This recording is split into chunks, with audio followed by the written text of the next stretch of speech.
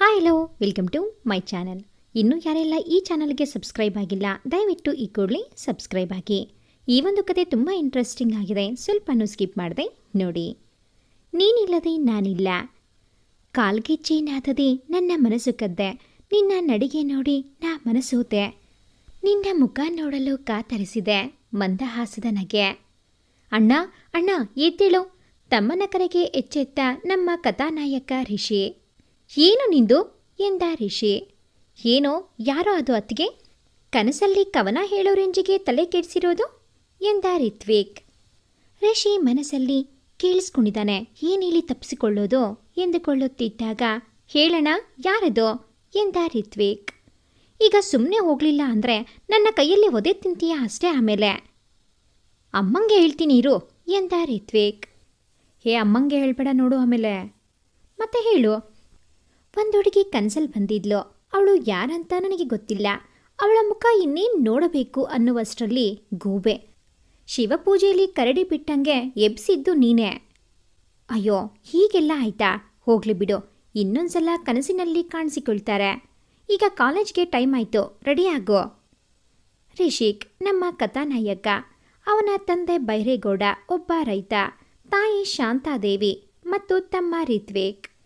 ಅಣ್ಣ ತಮ್ಮ ಇಬ್ಬರು ತುಮಕೂರಿನ ಸಿದ್ಧಗಂಗಾ ಸಂಸ್ಥೆಯ SIT ಇಂಜಿನಿಯರಿಂಗ್ ಕಾಲೇಜಿನಲ್ಲಿ ಇಂಜಿನಿಯರಿಂಗ್ ಮಾಡ್ತಿದ್ದಾರೆ. ರಿಷಿಕ್ ಅಂತಿಮ ವರ್ಷದ ಇಂಜಿನಿಯರಿಂಗ್ ವ್ಯಾಸಂಗ ಮಾಡುತ್ತಿದ್ದಾರೆ, ಇನ್ನು ರಿತ್ವಿಕ್ ಮೊದಲ ವರ್ಷ.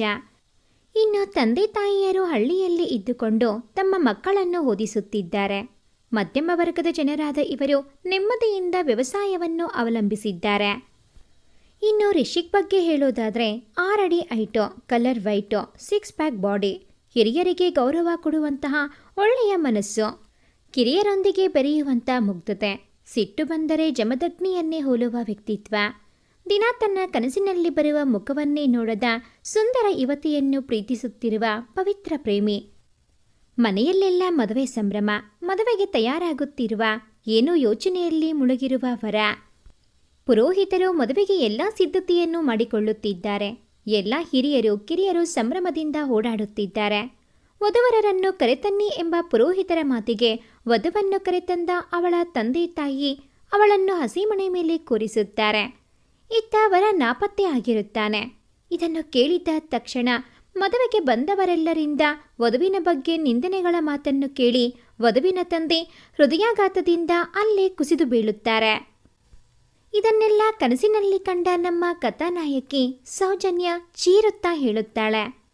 ಎದ್ದ ತಕ್ಷಣ ತಮ್ಮ ತಂದೆ ರೂಮಿಗೆ ಓಡುತ್ತಾಳೆ. ಅಪ್ಪ ಅಪ್ಪ ನಿಮ್ಗೇನು ಆಗಿಲ್ಲ ತಾನೇ ಅಂತ ಅಳುತ್ತಾ ಕೇಳುತ್ತಾಳೆ. ಅಂದ ಹಾಗೆ ಸೌಜನ್ಯಾಳ ಅಪ್ಪನ ಹೆಸರು ಚಂದ್ರ, ಹೆಸರಾಂತ ವಕೀಲ, ಬಡವರ ಪಾಲಿಗೆ ನ್ಯಾಯದಾತ. ತಾಯಿ ಪಲ್ಲವಿ. ಏನಾಯ್ತಮ್ಮ, ಯಾಕೆ ಕಳ್ತಿದ್ಯಾ, ಏನಾಯ್ತು ಸೌಜನ್ಯ? ಕಿರ್ಚುತ್ತಾ ಬಂದಿದ್ದನ್ನು ನೋಡಿ ಪಲ್ಲವಿ ಕೂಡ ಅಲ್ಲಿಗೆ ಬರುತ್ತಾರೆ. ಅಯ್ಯೋ ಕೆಟ್ಟ ಕನಸು ಅಂತ ಹೇಳಿ ತನ್ನ ರೂಮಿಗೆ ಬಂದು ಯೋಚಿಸುತ್ತಾ ಕುಳಿತುಕೊಳ್ಳುತ್ತಾಳೆ ಸೌಜನ್ಯ. ಸೌಜನ್ಯ ಮುದ್ದು ಮುಖದ ಸುಂದರಿ, ಕನ್ನಡಿಯೂ ನಾಚುವಂತಹ ಸೌಂದರ್ಯದ ಗಣಿ. ಹಿರಿಯರೆಂದರೆ ಅಪಾರವಾದ ಗೌರವ, ಎಷ್ಟೇ ದೊಡ್ಡವರಾದರೂ ಕಿರಿಯರಂತೆ ಆಡುವ ಸ್ವಭಾವ. ನಮ್ಮ ಕಥಾನಾಯಕನ ಅತ್ತೆಯ ಮಗಳು ಅಂದರೆ ಬೈರೇಗೌಡರ ತಂಗಿ ಮಗಳು. ಅಣ್ಣ ತಂಗಿಯರ ನಡುವೆ ಬಂಧ ತುಂಬ ಗಟ್ಟಿಯಾಗಿದೆ. ಆದರೆ ನಮ್ಮ ಕಥಾನಾಯಕ ರಿಷಿಕ್ ಕಥಾನಾಯಕಿ ಸೌಜನ್ಯಾಗೂ ಉತ್ತರ ಧ್ರುವಕ್ಕೂ ದಕ್ಷಿಣ ಧ್ರುವಕ್ಕೂ ಇರುವ ಸಂಬಂಧದಂತೆ ಒಬ್ಬರನ್ನು ಕಂಡರೆ ಒಬ್ಬರಿಗೆ ಆಗುವುದಿಲ್ಲ. ಸಿದ್ಧಾರ್ಥ ಇನ್ಸ್ಟಿಟ್ಯೂಟ್ ಆಫ್ ಟೆಕ್ನಾಲಜಿಯಲ್ಲಿ ದ್ವಿತೀಯ ವರ್ಷದ ಇಂಜಿನಿಯರಿಂಗ್ ಕಲಿಯುತ್ತಿದ್ದಾಳೆ. ಕಾಲೇಜಿನಲ್ಲಿ ಅವಳ ಹಿಂದೆ ಸುಮಾರು ಜನ ಹುಡುಗರು ಅಲಿಯುತ್ತಿದ್ದಾರೆ. ಯಾರಿಗೂ ಕೇರ್ ಮಾಡಲ್ಲ, ಸ್ಟ್ರೈಟ್ ಫಾರ್ವರ್ಡ್ ವ್ಯಕ್ತಿತ್ವ. ತನ್ನ ಬಾಲ್ಯದ ಗೆಳೆಯನನ್ನು ಪ್ರೀತಿಸುತ್ತಿದ್ದಾಳೆ. ಅವನು ದೂರದ ಚೆನ್ನೈಯಲ್ಲಿ ಅವನ ತಂದೆ ತಾಯಿ ಜೊತೆ ಇದ್ದಾನೆ. ಅವನ ಹೆಸರು ಅನಿಕೇತ್.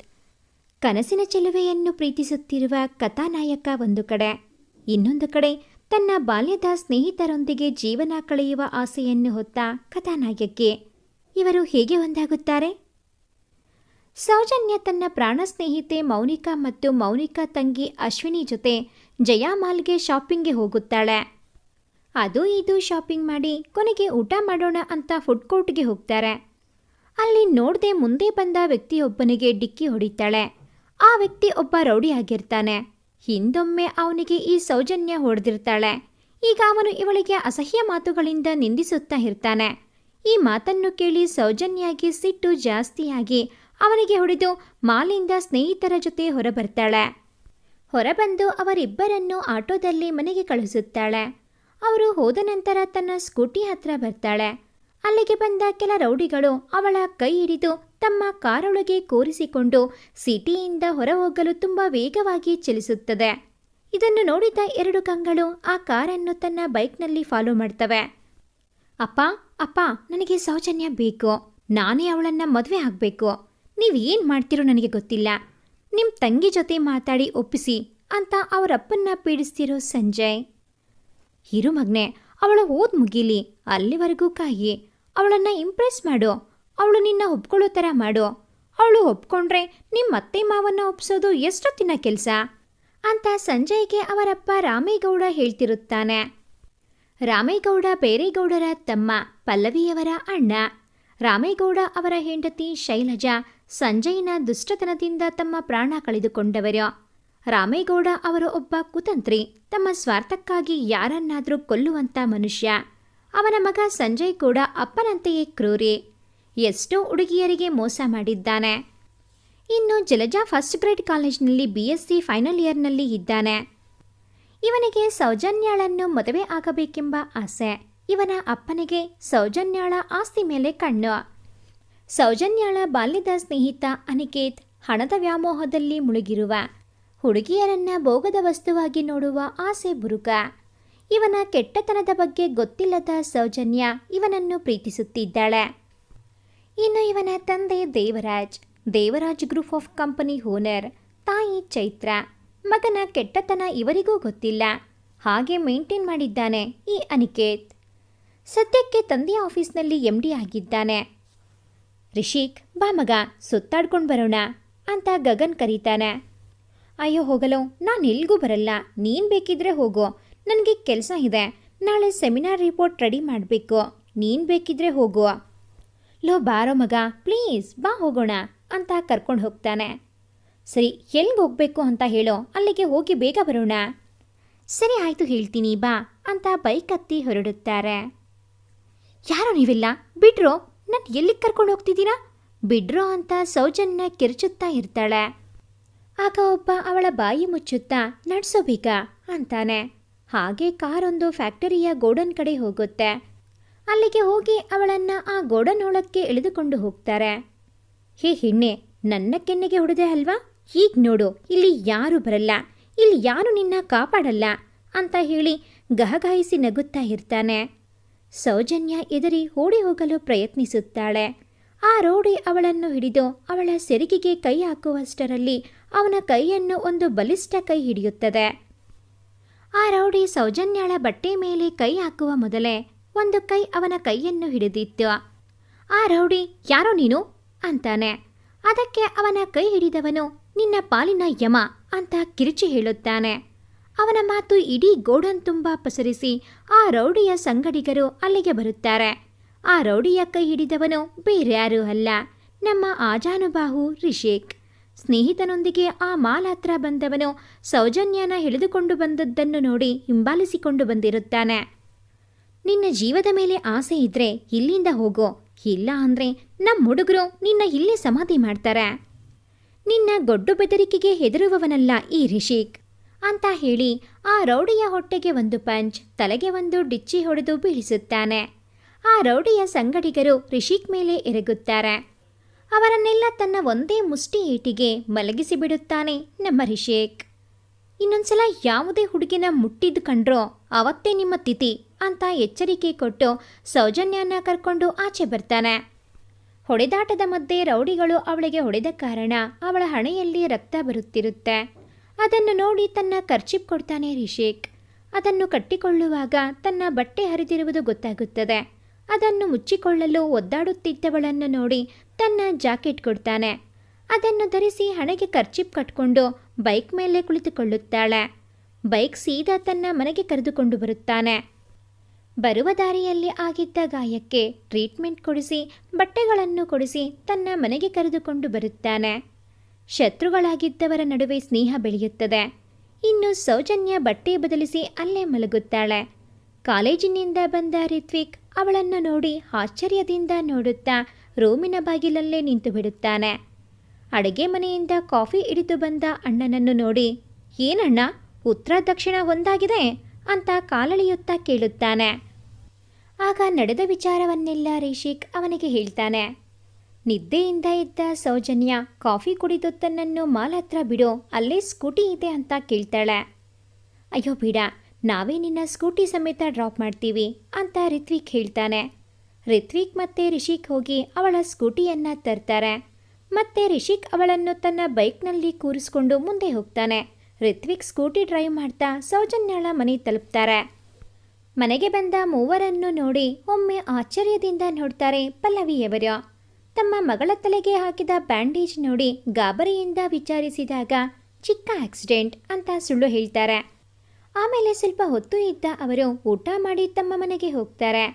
ಇತ್ತ ಒದೆ ತಿಂದ ರೌಡಿಗಳು ಹಲ್ಲು ಮಸೆಯುತ್ತಾ ಅವರನ್ನು ಬಿಡುವುದಿಲ್ಲ ಅಂತ ರೋಷದಿಂದ ಕಿರುಚುತ್ತಾ ಅವರ ಬಗ್ಗೆ ಸಂಪೂರ್ಣ ಮಾಹಿತಿ ತಿಳ್ಕೊಳ್ಳಿ ಅಂತ ತನ್ನ ಸಹಚರರಿಗೆ ಹೇಳುತ್ತಿರುತ್ತಾನೆ ರೌಡಿಗಳ ಬಾಸ್.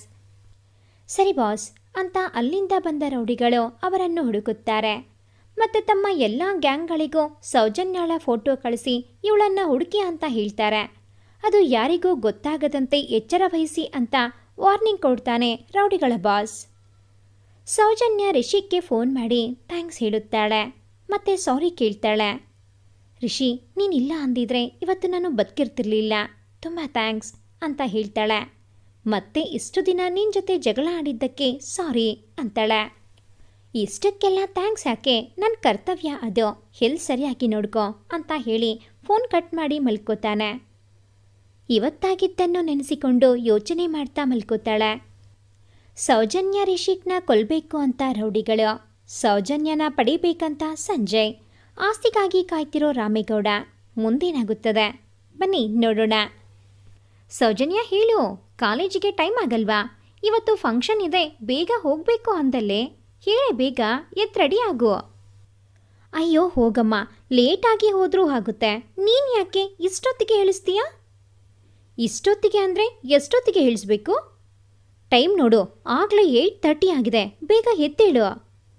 ಅಯ್ಯೋ ಆಗಲೇ 8:30ನಾ?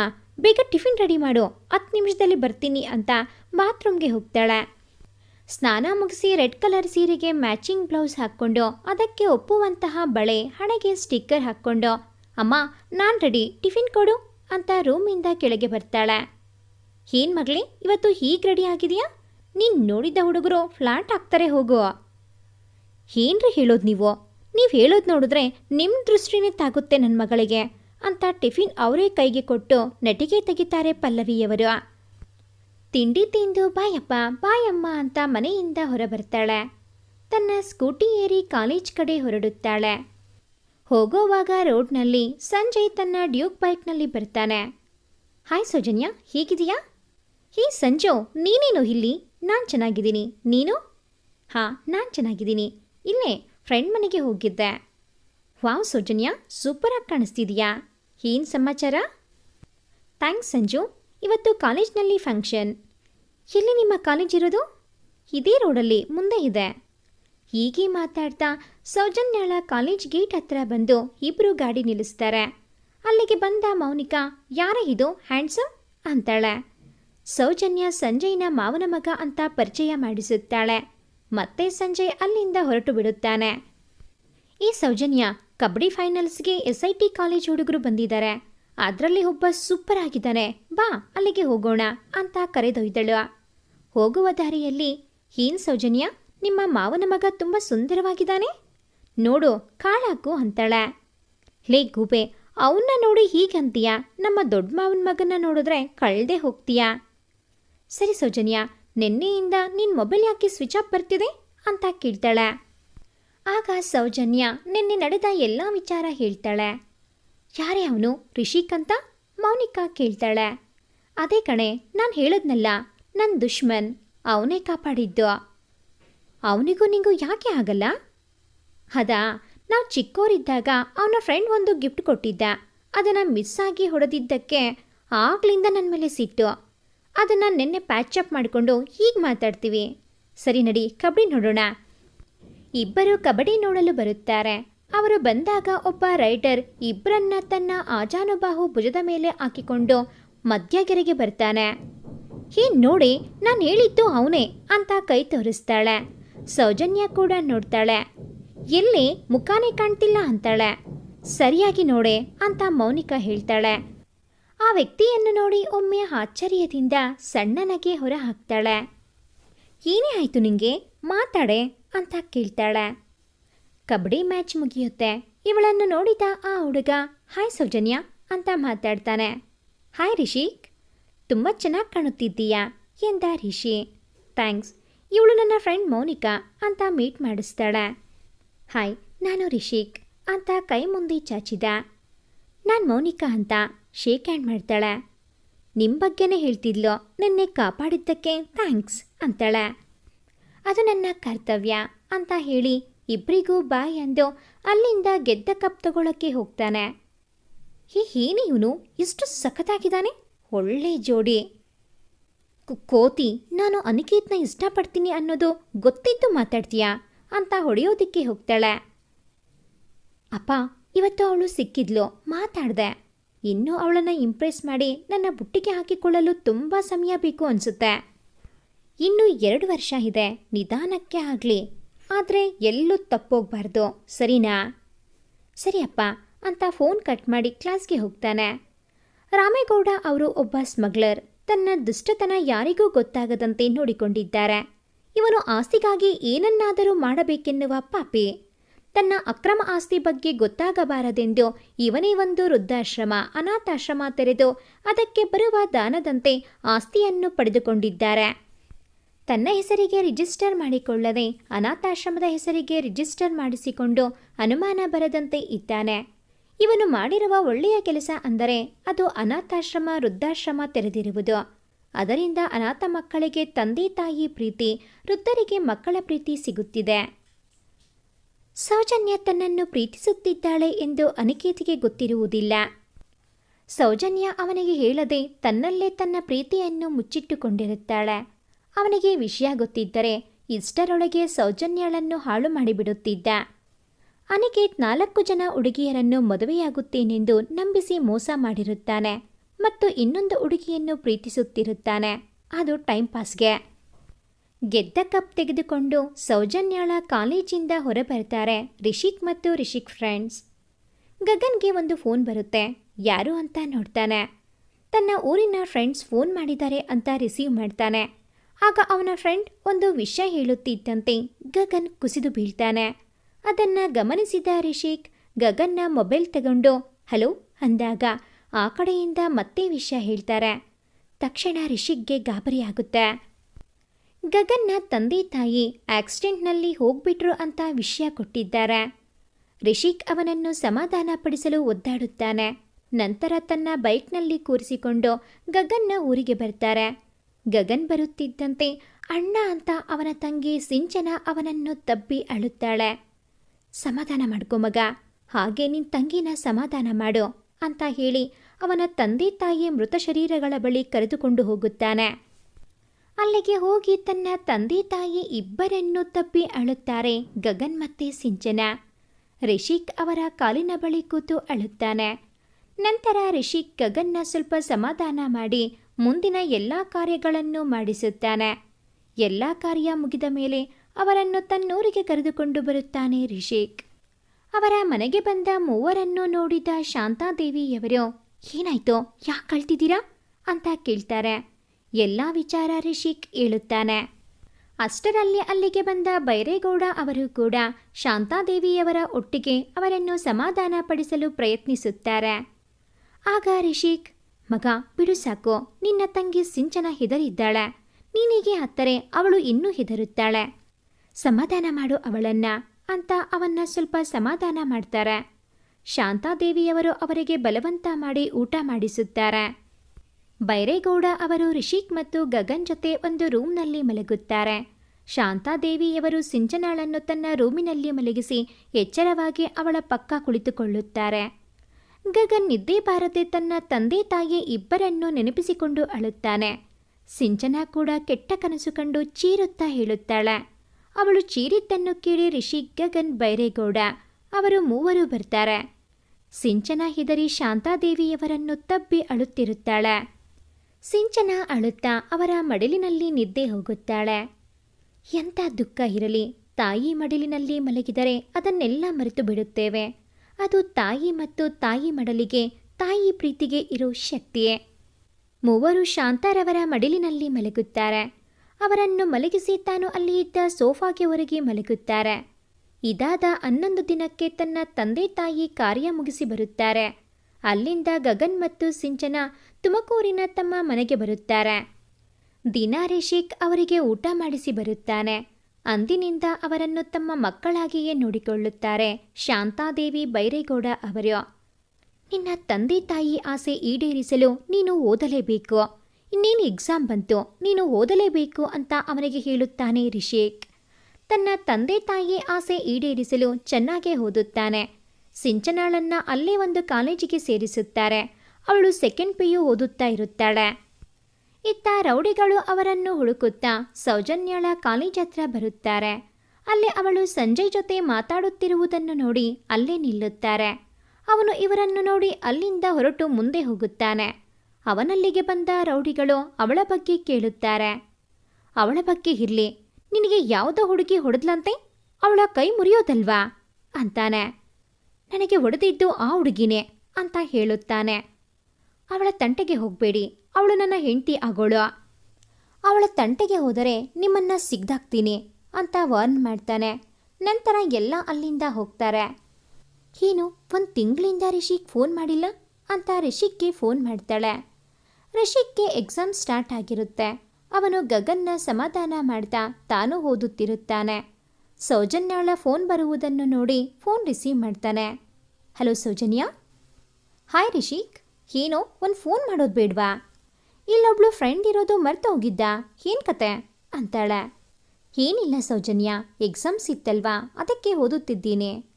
ಓ ಹಾಗಾ, ಸರಿ ಓದು ಅಂತ ಫೋನ್ ಕಟ್ ಮಾಡ್ತಾಳೆ. ಎಕ್ಸಾಮ್ಸ್ ಎಲ್ಲ ಚೆನ್ನಾಗಿ ಮಾಡ್ತಾರೆ. ಅಷ್ಟರಲ್ಲಿ ತನ್ನ ನೋವಿಂದ ಹೊರಗಡೆ ಬಂದಿರ್ತಾರೆ ಗಗನ್ ಸಿಂಚನ.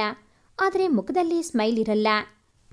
ಅದನ್ನು ನೋಡೋಕ್ಕೆ ರಿಷಿಕ್ ರಿತ್ವಿಕ್ ತುಂಬಾ ಸರ್ಕಸ್ ಮಾಡ್ತಾರೆ. ಆದರೆ ಆಗಲ್ಲ. ರಜಾ ಬಂದ ಕಾರಣ ಎಲ್ಲ ಊರಿಗೆ ಹೋಗಬೇಕು ಅಂತ ಡಿಸೈಡ್ ಮಾಡ್ತಾರೆ. ಸೌಜನ್ಯಾನು ಬರ್ತೀನಿ ಅಂತಾಳೆ. ಅವರೆಲ್ಲ ಒಟ್ಟಿಗೆ ರಿಷಿಕ್ ಊರಿಗೆ ಬರ್ತಾರೆ. ಮಕ್ಕಳ ಜೊತೆ ಸೌಜನ್ಯನ ನೋಡಿ ಒಮ್ಮೆ ಶಾಕ್ ಆಗುತ್ತೆ ಬೈರೇಗೌಡ ಶಾಂತ ದಂಪತಿಗೆ. ಅಷ್ಟು ದೂರ ಗಾಡಿ ಓಡಿಸಲು ಆಗಲ್ಲ ಅಂತ ಸೌಜನ್ಯ ರಿಷಿಕ್ ಬೈಕ್ನಲ್ಲಿ ಬಂದಿರ್ತಾಳೆ. ಏನ್ ರಿಷಿಕ್, ಉತ್ತರ ದಕ್ಷಿಣ ಒಂದಾಗಿದೆ, ಯಾವಾಗ ಅಂತ ತುಂಬ ಆಶ್ಚರ್ಯದಿಂದ ಕೇಳ್ತಾರೆ. ಅದು ಗಗನ್ ಸಿಂಚನಾಗೆ ಅರ್ಥ ಆಗಲಿಲ್ಲ.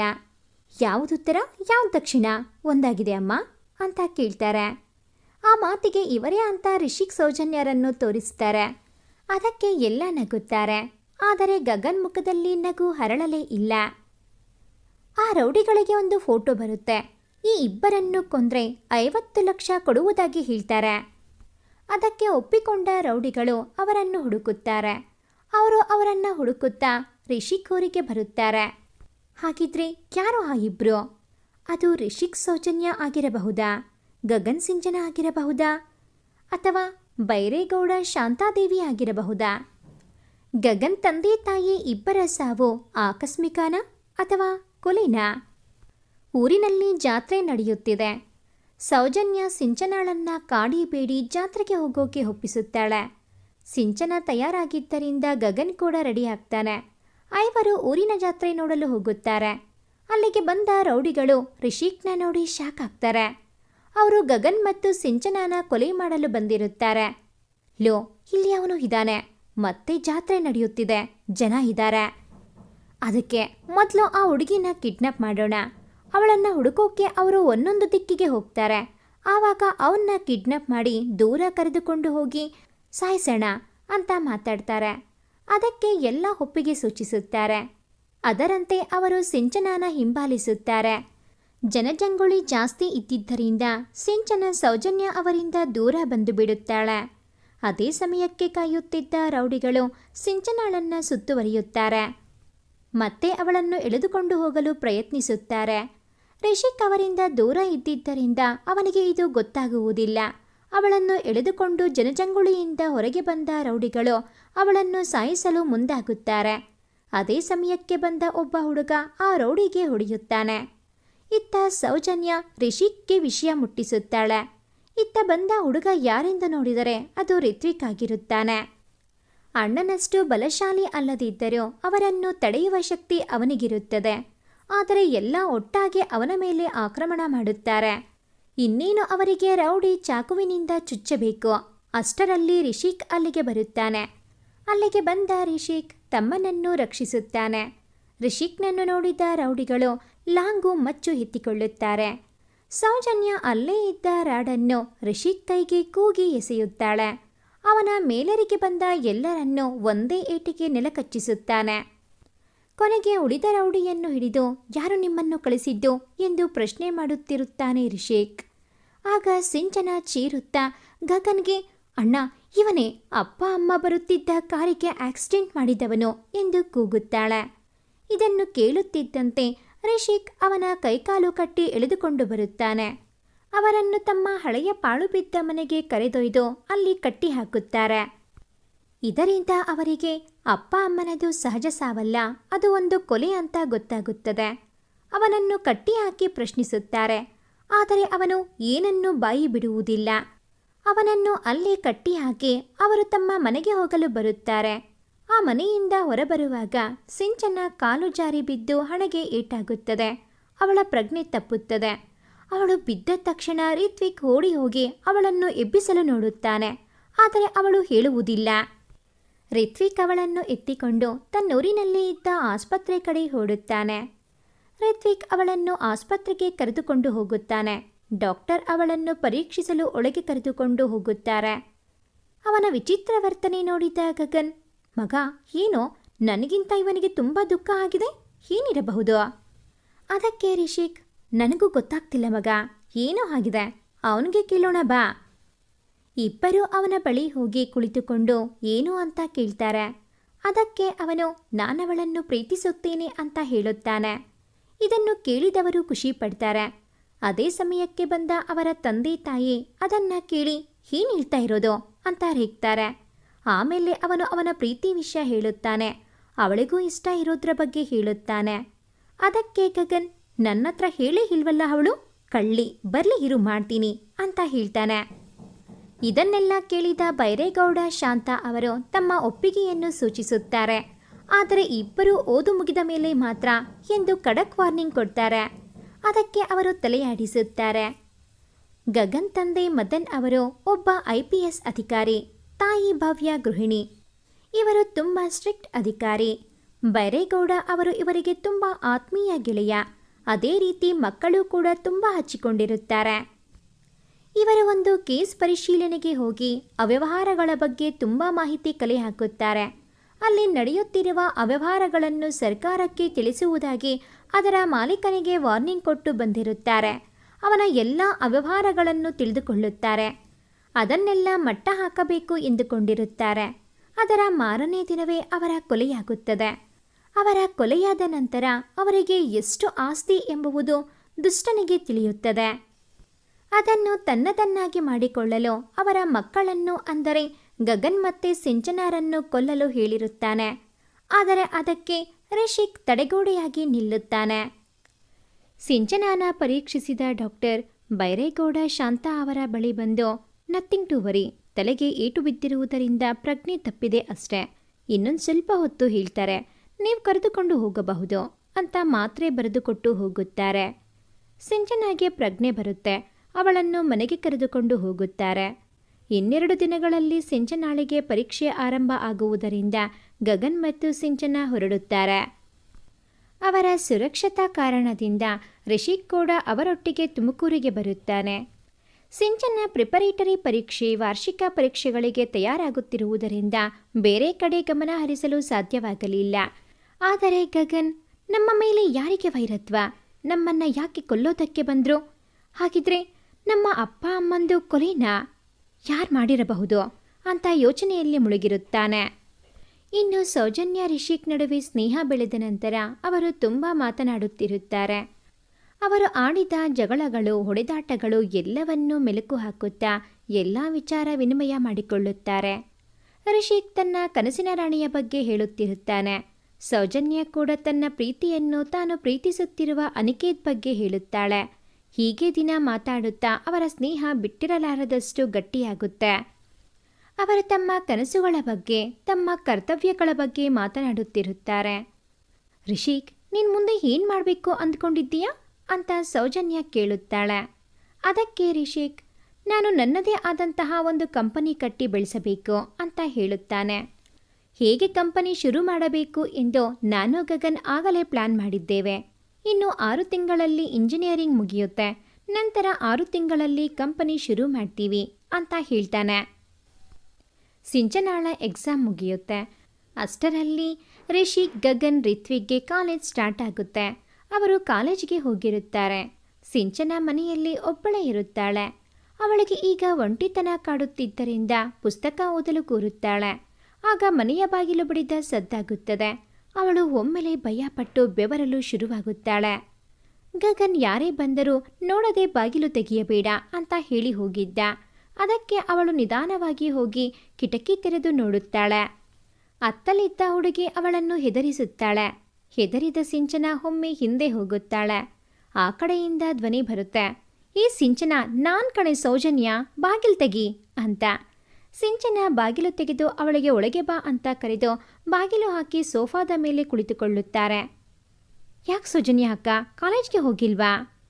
"ಇಲ್ಲ ಸಿಂಚನಾ, ಹೋಗಿಲ್ಲ" ಅಂತ ಹೇಳಿ ಸಂಜೆಯವರೆಗೂ ಅಲ್ಲೇ ಇರುತ್ತಾಳೆ. ಸಂಜೆ ಗಗನ್, ರಿತ್ವಿಕ್, ರಿಷಿಕ್ ಬಂದ ಮೇಲೆ ಅವರನ್ನು ಮಾತನಾಡಿಸಿಕೊಂಡು ಹೊರಡುತ್ತಾಳೆ. ಹೊರಡುವ ಮುಂಚೆ, "ಇವಳನ್ನು ನಮ್ಮ ಮನೆಗೆ ಕಳುಹಿಸಿ, ಅಲ್ಲಿ ಅಮ್ಮ ಇರ್ತಾರೆ. ಹಾಗೆ ಹೊರಗಡೆ ಸೆಕ್ಯೂರಿಟಿ ಇರೋದ್ರಿಂದ ಯಾವ ರೌಡಿಗಳು ಬರಲ್ಲ" ಅಂತ ಹೇಳಿ ಹೋಗ್ತಾಳೆ. ಇದನ್ನು ಯೋಚಿಸಿದ ರಿಷಿಕ್, "ಹೌದು ಗಗನ್, ಹೇಗೂ ನಮಗೆ 3 ಡೇಸ್ ಅಷ್ಟೇ ಕಾಲೇಜ್. ಆ 3 ದಿನ ಅವಳನ್ನು ಅಲ್ಲಿ ಬಿಡೋಣ, ಸರಿನಾ ಅಂತ ಹೇಳ್ತಾನೆ. ತನ್ನ ತಂಗಿ ಸುರಕ್ಷತೆಗೆ ಅವನು ಒಪ್ಪುತ್ತಾನೆ. ರಿಷಿಕ್ಗೆ ಒಂದು ಫೋನ್ ಬರುತ್ತೆ. ರಿಷಿಕ್ ರಿಸೀವ್ ಮಾಡಿ, "ಹೇಳಿ ಸರ್" ಅಂತಾನೆ. "ರಿಷಿಕ್, ನೀವು ಇಂಟರ್ ಕಾಲೇಜ್ ಕ್ವಿಜ್ ಕಾಂಪಿಟೇಷನ್ಗೆ ಸೆಲೆಕ್ಟ್ ಆಗಿದ್ದೀರಾ. ರೆಡಿಯಾಗಿ ಮತ್ತೆ ಬೆಳಗ್ಗೆ ಬೇಗ ಬನ್ನಿ ಅಂತ ಅವರ ಸರ್ ಹೇಳ್ತಾರೆ. ಬೆಳಗ್ಗೆ ಕಾಲೇಜಿಗೆ ಬೇಗ ಹೋಗಬೇಕಿದ್ದರಿಂದ ರಿತ್ವಿಕ್ಗೆ ಸಿಂಚನಾನ ಸೌಜನ್ಯ ಮನೆಗೆ ಬಿಡೋದಕ್ಕೆ ಹೇಳ್ತಾನೆ. ಸೌಜನ್ಯ ಕಾಲೇಜಿಗೆ ಬಂದಾಗ ಒಬ್ಬ ಬಂದು ಅವಳಿಗೆ ಪ್ರಪೋಸ್ ಮಾಡ್ತಾನೆ. ಅವಳು ಅದನ್ನು ರಿಜೆಕ್ಟ್ ಮಾಡಿ ಹೋಗ್ತಾಳೆ. ಆ ಹುಡುಗನ್ನ ನೋಡಿ ಸುತ್ತ ಇದ್ದ ಹುಡುಗರು ನಗ್ತಾರೆ. ಅವನಿಗೆ ಅವಮಾನವಾದಂತಾಗುತ್ತೆ. ಅವನು ಪೊರ್ಕಿ ಅವನ ಗ್ಯಾಂಗ್ ಹತ್ರ ಹೋಗಿ, "ಅವಳು ನನ್ನ ಒಪ್ಪಿಲ್ಲ ಅಂದಮೇಲೆ ಅವಳನ್ನು ಯಾರೂ ಪ್ರೀತಿ ಮಾಡಬಾರ್ದು" ಅಂತ ತಂದಿದ್ದ ಆಸಿಡ್ ಬಾಟಲ್ ಕೈಗೆ ತೆಗೋತಾನೆ. ಅವಳು ಟೀ ಬ್ರೇಕ್ನಲ್ಲಿ ಅವಳ ಫ್ರೆಂಡ್ಸ್ ಜೊತೆ ಹೊರಗೆ ಬರ್ತಾಳೆ. ಅವಳು ಬಂದಿದ್ದನ್ನು ನೋಡಿ ಆ ಪೊರ್ಕಿಗಳು ಅವಳನ್ನು ಸುತ್ತುವರಿಯುತ್ತಾರೆ. ಆಸಿಡ್ ಬಾಟಲ್ ಓಪನ್ ಮಾಡಿ, "ನನ್ನ ಒಪ್ಪದ ನೀನು ಬೇರೆ ಯಾರಿಗೂ ಸಿಗಬಾರದು" ಅಂತ ಅವಳ ಕಡೆ ಎರಚುತ್ತಾನೆ.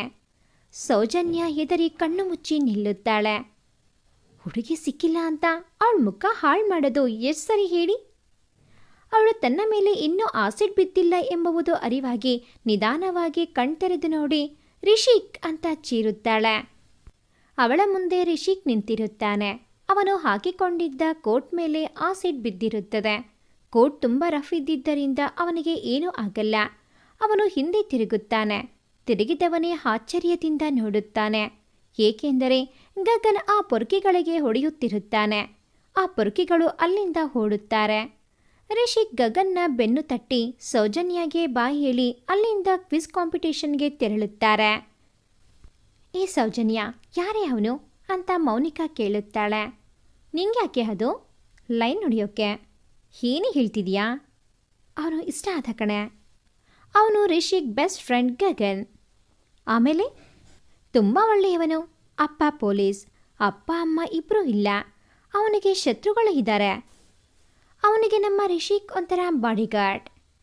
"ಏನು, ಶತ್ರುಗಳ? ನಿಜಾನೇನೆ?" "ಹೌದು." "ಮತ್ತೆ ಮುಂದೆ ತೊಂದರೆ ಆಗಲ್ವಾ?" "ಏನೂ ಆಗಲ್ಲ. ಏಕೆಂದರೆ ಅಲ್ಲಿರೋದು ರಿಷಿಕ್ ಗೌಡ." "ಲೇ, ನನಗೂ ಅವನಿಗೂ ಕನೆಕ್ಟ್ ಮಾಡೆ." ನನ್ನೇನು ಬ್ರೋಕರ್ ಅಂದ್ಕೊಂಡಿದ್ಯಾ?" "ಅಲ್ಲ, ನಮ್ಮಿಬ್ಬರ ಪ್ರೀತಿಗೆ ಹೆಲ್ಪ್ ಮಾಡೋ ಪಾರಿವಾಳ." ಹೋಗಲೇ." ಪ್ಲೀಸ್ ಕಣೆ, ಅವನ ಮೊಬೈಲ್ ನಂಬರ್ ಕೊಡೆ, ನಾನೇ ಮೆಸೇಜ್ ಮಾಡ್ತೀನಿ." ಸೌಜನ್ಯ ಗಗನ್ ನಂಬರ್ ಕೊಟ್ಟು, "ಅವನು 8 ಗಂಟೆಗೆ ಫ್ರೀ ಇರ್ತಾನೆ, ಆವಾಗ ಫೋನ್ ಮಾಡು" ಅಂತ ಹೇಳಿ ಹೋಗ್ತಾಳೆ. ಅಂದಿನ ಕಾಲೇಜ್ ಮುಗಿದ ಮೇಲೆ ಮನೆಗೆ ಹೋದ ಸೌಜನ್ಯ ಗಗನ್ಗೆ ಫೋನ್ ಮಾಡಿ ವಿಷಯ ಹೇಳ್ತಾಳೆ. ಅವನು ಯಾರದು ಅಂತ ಕೇಳ್ತಾನೆ. ಸೌಜನ್ಯ ಫೋಟೋ ಕಳಿಸುತ್ತಾಳೆ. ಅದನ್ನು ನೋಡಿದ ತಕ್ಷಣ ಅವನಿಗೂ ಅವಳ ಮೇಲೆ ಪ್ರೀತಿ ಹುಟ್ಟುತ್ತದೆ. ಅದನ್ನು ಅವಳಿಗೆ ಹೇಳ್ತಾನೆ. ಅದಕ್ಕೆ ಸೌಜನ್ಯ ಕೂಡ ಒಪ್ಪುತ್ತಾಳೆ. ಹೊಸ ನಂಬರ್ನಿಂದ ವಾಟ್ಸಪ್ಗೆ 8 ಗಂಟೆಗೆ ಒಂದು ಮೆಸೇಜ್ ಬರುತ್ತೆ. Hi dear. ಯಾರಿದು? ನಾನು ನಿನ್ನ ಗರ್ಲ್ ಫ್ರೆಂಡ್. ಯಾರು? ಜಲ್ಜನಾ? ಅಲ್ಲ. ಧನ್ವಿನಾ? ಅಲ್ಲ. ಸುಮಾನಾ? ಅಲ್ಲ. ರಚನಾ? ಅಲ್ಲ. ನಿನಗೆ ಇಷ್ಟೊಂಥರ ಗರ್ಲ್ ಫ್ರೆಂಡ್ಸ್ ಇದ್ದಾರಾ? Girl friend? ಹೋ ಹಾಗಾ? ಯಾರು ಹೇಳಿ ನೀವು? ಅದು ನಿಮ್ಮ ಮೇಲೆ ಲವ್ ಆಗಿದೆ. ಯಾವಾಗಿಂದ? ಬೆಳಗ್ಗೆ ನಿಮ್ಮ ಫೈಟ್ ನೋಡಿದ್ನಲ್ಲ ಆವಾಗಿಂದ. ಹಾಗಿದ್ರೆ ನಿಮ್ಮ ಹೆಸರು ಸುರಕ್ಷಾನಾ? ಅಲ್ಲ. ಕಾವ್ಯ? ಅಲ್ಲ. ಪ್ರೀತಿ? ಅಲ್ಲ. ಅವರೆಲ್ಲ ಗೊತ್ತಾ ನಿಮಗೆ? ನೋಡೋಕ್ಕೆ ಚೆನ್ನಾಗಿದ್ದಿದ್ದು ಅವರು 3 ಹುಡುಗಿರು. ಅವರು ಕಾಣಿಸಿದ್ರು, ಸೌಜನ್ಯ ಪಕ್ಕದಲ್ಲಿದ್ದ ನಾನು ಕಾಣಿಲ್ವಾ? ರೀ, ನಿಮ್ಮ ಹೆಸರು ಹೇಳ್ರಿ. ನಾನು ಮೌನಿಕಾ. ಸರಿ, ಏನೀಗ? ನನ್ನ ಪ್ರೀತಿಸಿ. ಸರಿ, ಐ ಲವ್ ಯು. ನಿಜ ಒಪ್ಕೊಂಡ್ರಾ? Mouni. Bye. Good night. Good night. Mounika dance ಮಾಡುತ್ತಾ ಸೌಜನ್ಯಗೆ ಫೋನ್ ಮಾಡ್ತಾಳೆ. ಏನು ಮೌನಿ? ಅವನು ಒಪ್ಕೊಂಡ ಅಂತ ಹೇಳಿ ಕುಣಿತಿರ್ತಾಳೆ. ಸೌಜನ್ಯ ಜೋರಾಗಿ ನಗುತ್ತಾ ಇರ್ತಾಳೆ. ಯಾಕೆ, ಏನಾಯ್ತೆ ಹೀಗೆ ನಗ್ತಾ ಇದೆಯಾ? ಲೇ, ಅವ ಯಾವಾಗ ಒಪ್ಪಿದ್ದು? ಈಗಷ್ಟೇ ಮೆಸೇಜ್ ಮಾಡಿ ಪ್ರಪೋಸ್ ಮಾಡಿದೆ. ಅವನು ಒಪ್ಕೊಂಡ. ಲೇ, ನಿನ್ನ ಜೊತೆ ಇಷ್ಟೊತ್ತು ಮೆಸೇಜ್ ಮಾಡಿದ್ದು ನಾನು ಕಣೆ ಅಂತ ನಗ್ತಾ ಇರ್ತಾಳೆ. ಮೌನಿಕಾ ತುಂಬ ಬೇಜಾರು ಮಾಡಿಕೊಂಡು ಐ ಹೇಟ್ ಯು ಕಣೆ ಅಂತ ಹೇಳಿ ಅಳ್ತಾ ಫೋನ್ ಕಟ್ ಮಾಡ್ತಾಳೆ. ಸೌಜನ್ಯ ಅವಳ ನಂಬರ್ಗೆ ಮೆಸೇಜ್ ಮಾಡ್ತಾಳೆ. ಆ ಮೆಸೇಜ್ ನೋಡಿ ಖುಷಿ ಆಗ್ತಾಳೆ ಮೌನಿಕಾ. ಸೌಜನ್ಯ, ಲೇ, ಅವನಿಗೆ ಹೇಳ್ದೆ ಒಪ್ಪಿಕೊಂಡಿದ್ದಾನೆ, ಅಳ್ಬೇಡ ಅಂತ ಕಳಿಸಿರ್ತಾಳೆ. ಅದನ್ನು ನೋಡಿ ಕುಣಿದಾಡುತ್ತಾಳೆ. ರಿಷಿಕ್ ಮಲಗಿರುತ್ತಾನೆ. ಅವನಿಗೆ ಮತ್ತೆ ಅದೇ ಕನಸು ಬೀಳುತ್ತದೆ. ಇನ್ನೇನು ಅವಳ ಮುಖ ನೋಡಬೇಕು ಅನ್ನೋ ಅಷ್ಟರಲ್ಲಿ ತಮ್ಮ ಎಬ್ಬಿಸ್ತಾನೆ. ಎದ್ದು ರಿತ್ವಿಕ್ನ ಓಡಿಸ್ತಾ ಹೋಗ್ತಾನೆ. ಗಗನ್ ಮನೆಗೆ ಬರ್ತಾನೆ. ರಿಷಿಕ್ ಸೌಜನ್ಯ ಫ್ರೆಂಡನ್ನು ಪ್ರೀತಿಸುತ್ತಿದ್ದಾಳೆ ಅಂತ ಹೇಳ್ತಾನೆ. ರಿಷಿಕ್ಗೆ ಖುಷಿಯಿಂದ ನೀನೇನಂದೋ ಅಂತ ಕೇಳ್ತಾನೆ. ಹೂ ಅಂದೆ ಅಂತಾನೆ. ಅಂದು ಕಾಲೇಜಿಗೆ ರಜೆ ಹಾಕಿ ಎಲ್ಲರೂ ಒಂದು ಪಾರ್ಕ್ ಹತ್ರ ಭೇಟಿ ಆಗ್ತಾರೆ. ಅಲ್ಲಿ ಮೌನಿಕಾ ಅವನಿಗೆ ಹೂವು ಕೊಟ್ಟು ಪ್ರಪೋಸ್ ಮಾಡ್ತಾಳೆ. ಗಗನ್ ಒಪ್ಪಿ ಲವ್ ಯು ಟು ಅಂತಾನೆ. ಅವರಿಬ್ಬರು ಅಲ್ಲೇ ಇದ್ದ ಬೆಂಚ್ ಮೇಲೆ ಕೂರ್ತಾರೆ.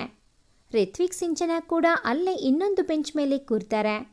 ರಿಷಿಕ್ ಸೌಜನ್ಯ ಅಲ್ಲೇ ಓಡಾಡ್ತಾ, ಏನೋ 2 ಜೋಡಿ ಒಂದಾದರು, ಆದರೆ ನಮ್ಮ ಜೋಡಿಗಳೇ ಸಿಕ್ಕಿಲ್ಲ ಅಂತ ಸೌಜನ್ಯ ಹೇಳ್ತಾಳೆ. ಅದಕ್ಕೆ ರಿಷಿಕ್, ಇರ್ಲಿ ಬಿಡು ಬರ್ತಾರೆ ಅಂತ ಹೇಳ್ತಾನೆ. ರಿಷಿಕ್ ಸೌಜನ್ಯನ ಒಂದು ಜೋಡಿ ಕೆಂಪು ಕಂಗಳು ಅವರನ್ನೇ ನೋಡುತ್ತಿರುತ್ತವೆ. ಅವರು ಒಂದಾಗಿರುವುದನ್ನು ನೋಡಿ ಆಶ್ಚರ್ಯ ಆಗಿತ್ತು. ಆದರೂ ಕೋಪ ಜಾಸ್ತಿ ಆಗ್ತಿತ್ತು. ಅದು ಸಂಜಯ್.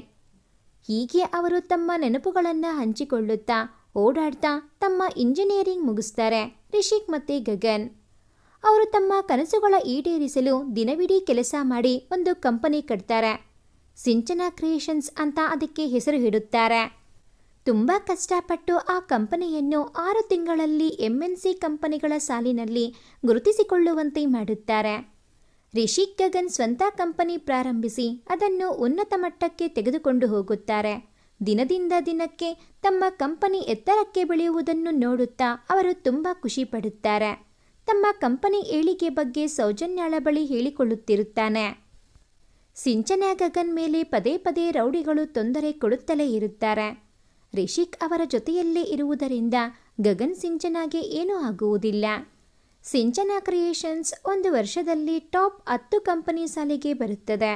ರಿಷಿಕ್ ಗಗನ್ಗೆ ಬಿಸ್ನೆಸ್ನಲ್ಲಿ ಕೂಡ ಶತ್ರುಗಳು ಹುಟ್ಟಿಕೊಳ್ಳುತ್ತಾರೆ. ಸೌಜನ್ಯ ಫೈನಲ್ ಇಯರ್ ಫೈನಲ್ ಸಮ್ಗೆ ಎಂಟ್ರಿ ಆಗಿರುತ್ತಾಳೆ. ಸಂಜಯ್ ಸೌಜನ್ಯಗೆ ಪ್ರಪೋಸ್ ಮಾಡಲು ಕಾಯುತ್ತಿರುತ್ತಾನೆ. ಏನು ಮಾಡಿದ್ರೂ ಅವಳು ಇಂಪ್ರೆಸ್ ಆಗ್ತಿಲ್ಲ ಅಂತ ಅವನು ಯೋಚನೆ ಮಾಡುತ್ತಿರುತ್ತಾನೆ. ಸೌಜನ್ಯ ಅನಿಕೇತ್ಗೆ ಪ್ರಪೋಸ್ ಮಾಡಲು ಅವನ ಬರ್ತ್ಡೇಗೆ ಕಾಯುತ್ತಿರುತ್ತಾಳೆ. ಮೌನಿಕಾ ಗಗನ್ ಪ್ರೀತಿ ವಿಷಯ ಮೌನಿಕಾ ಮನೆಯವರಿಗೆ ತಿಳಿದು ಅವನ ಬಗ್ಗೆ ವಿಚಾರಿಸುತ್ತಿದ್ದರು. ಅವನ ಬಗ್ಗೆ ಎಲ್ಲ ತಿಳಿದುಕೊಂಡರು. ಮೌನಿಕಾ ತಂದೆ ವೆಂಕಟರಾಮ ಒಬ್ಬ ಸಮಾಜ ಸೇವಕ, ತಾಯಿ ಸುಶೀಲಾ. ಮೌನಿಕಾ ತನ್ನ ಪ್ರೀತಿಯನ್ನು ತನ್ನ ಮನೆಯವರ ಬಳಿ ಹೇಳುತ್ತಾಳೆ. ಅವರು ನಮಗೆ ಮೊದಲೇ ಗೊತ್ತಾಗಿತ್ತು ಅಂತ ಹೇಳಿದಾಗ ಶಾಕ್ ಆಗ್ತಾಳೆ. ಇದಕ್ಕೆ ನಮ್ಮ ಒಪ್ಪಿಗೆ ಇದೆ ಎಂದು ಹೇಳಿದ್ದನ್ನು ಕೇಳಿ ಖುಷಿಯಿಂದ ಕುಣಿದು ಕುಪ್ಪಳಿಸಿದಳು. ಗಗನ್ಗೆ ಫೋನ್ ಮಾಡಿ ವಿಷಯ ಹೇಳ್ತಾಳೆ. ಅವನು ಕೂಡ ಖುಷಿ ಪಡ್ತಾನೆ. ಗಗನ್ ಕೂಡ ಪ್ರೀತಿ ವಿಷಯವನ್ನು ಬೈರೇಗೌಡ ಶಾಂತಾದೇವಿಯವರಿಗೆ ತಿಳಿಸುತ್ತಾನೆ. ಅವರು ಕೂಡ ಸಂತೋಷದಿಂದ ಒಪ್ಪಿಕೊಂಡರು. ಲೋ ಸಂಜು, ಅವಳಿಗೆ ಬೇಗ ಪ್ರಪೋಸ್ ಮಾಡಿ ಅವಳು ಏನು ಹೇಳ್ತಾಳೆ ಕೇಳು. ಅವಳು ಒಪ್ಪಿಲ್ಲ ಅಂದರೆ ಏನಾದರೂ ಬೇರೆ ಪ್ಲಾನ್ ಮಾಡಿ ಅವಳು ನಿನ್ನ ವಶಪಡಿಸಿಕೊಂಡರೆ ಅವಳ ಆಸ್ತಿ ನಮ್ಮ ಪಾಲಾದ ಮೇಲೆ ಅವಳನ್ನು ಸಾಯಿಸಿಬಿಡೋಣ. ಅಪ್ಪ, ಸಾಯಿಸೋದಾ? ಏನು ಹೇಳ್ತಾ ಇರೋದು ನೀವು? ಅವಳು ಸಾಯೋವರೆಗೂ ನನ್ನ ಜೊತೆ ಇರಬೇಕು. ಲೇ, ಅವಳು ಸತ್ರೇನೆ ನೀನು ಬೇರೆ ಹುಡುಗಿನ ಮದುವೆ ಆಗಲು ಸಾಧ್ಯ ಇಲ್ಲ ಅಪ್ಪ. ಏನೇ ಆದರೂ ಅವಳು ಮಾತ್ರ ನನ್ನ ಹೆಂಡತಿ ಅಷ್ಟೇ. ಸರಿ ಆಯಿತು ಬಿಡು, ಬೇಗ ಅವಳಿಗೆ ಪ್ರಪೋಸ್ ಮಾಡು. ಸರಿ ಅಪ್ಪ, ಆಯಿತು. ನೆಕ್ಸ್ಟ್ ವೀಕ್ ಫೆಬ್ರವರಿ 14 ಅವಳಿಗೆ ಪ್ರಪೋಸ್ ಮಾಡಿ ನೋಡ್ತೀನಿ. ರಿಷಿಕ್ ಗಗನ್ ತುಂಬ ಕಷ್ಟಪಟ್ಟು ತಮ್ಮ ಕಂಪನಿ ಬೆಳೆಸುವುದರ ಜೊತೆಗೆ ಅನಾಥಾಶ್ರಮ, ವೃದ್ಧಾಶ್ರಮಗಳನ್ನು ಕೂಡ ಕಟ್ಟಿಸಿ ಹಲವಾರು ಜನಕ್ಕೆ ಆಶ್ರಯ ನೀಡಿ ಹಲವಾರು ಮಕ್ಕಳಿಗೆ ಉಚಿತ ಶಿಕ್ಷಣ ಕೊಡಿಸುತ್ತಿದ್ದಾರೆ. ಸಿಂಚನಾ SIT ಕಾಲೇಜಿನಲ್ಲಿ 2ನೇ ವರ್ಷದ ಇಂಜಿನಿಯರಿಂಗ್ ಓದುತ್ತಿದ್ದಾಳೆ. ರಿತ್ವಿಕ್ ಕೂಡ ಓದುವುದರ ಜೊತೆಗೆ ಅಣ್ಣನಂತೆ ತಾನು ಯೋಗ ವ್ಯಾಯಾಮಗಳನ್ನು ಮಾಡಿ ತನ್ನ ದೇಹವನ್ನು ದಂಡಿಸಿ ಸದೃಢವಾಗಿ ರೂಪಿಸಿಕೊಂಡಿದ್ದಾನೆ. ಗಗನ್ ತನ್ನ ತಂದೆಯನ್ನು ಕೊಲೆ ಮಾಡಿದವರ ಬಗ್ಗೆ ಮಾಹಿತಿ ಕಲೆ ಹಾಕುತ್ತಿದ್ದಾನೆ. ಸಂಜಯ್ ಸೌಜನ್ಯಗೆ ಪ್ರಪೋಸ್ ಮಾಡಲು ಅವಳ ಕಾಲೇಜ್ ಬಳಿ ಹೋಗುತ್ತಾನೆ. ಸೌಜನ್ಯ ತನ್ನ ಸ್ನೇಹಿತೆಯರೊಂದಿಗೆ ಮಾತನಾಡುತ್ತಾ ಕಾಲೇಜಿನ ಪಾರ್ಕ್ ಬಳಿ ಬರುತ್ತಾಳೆ.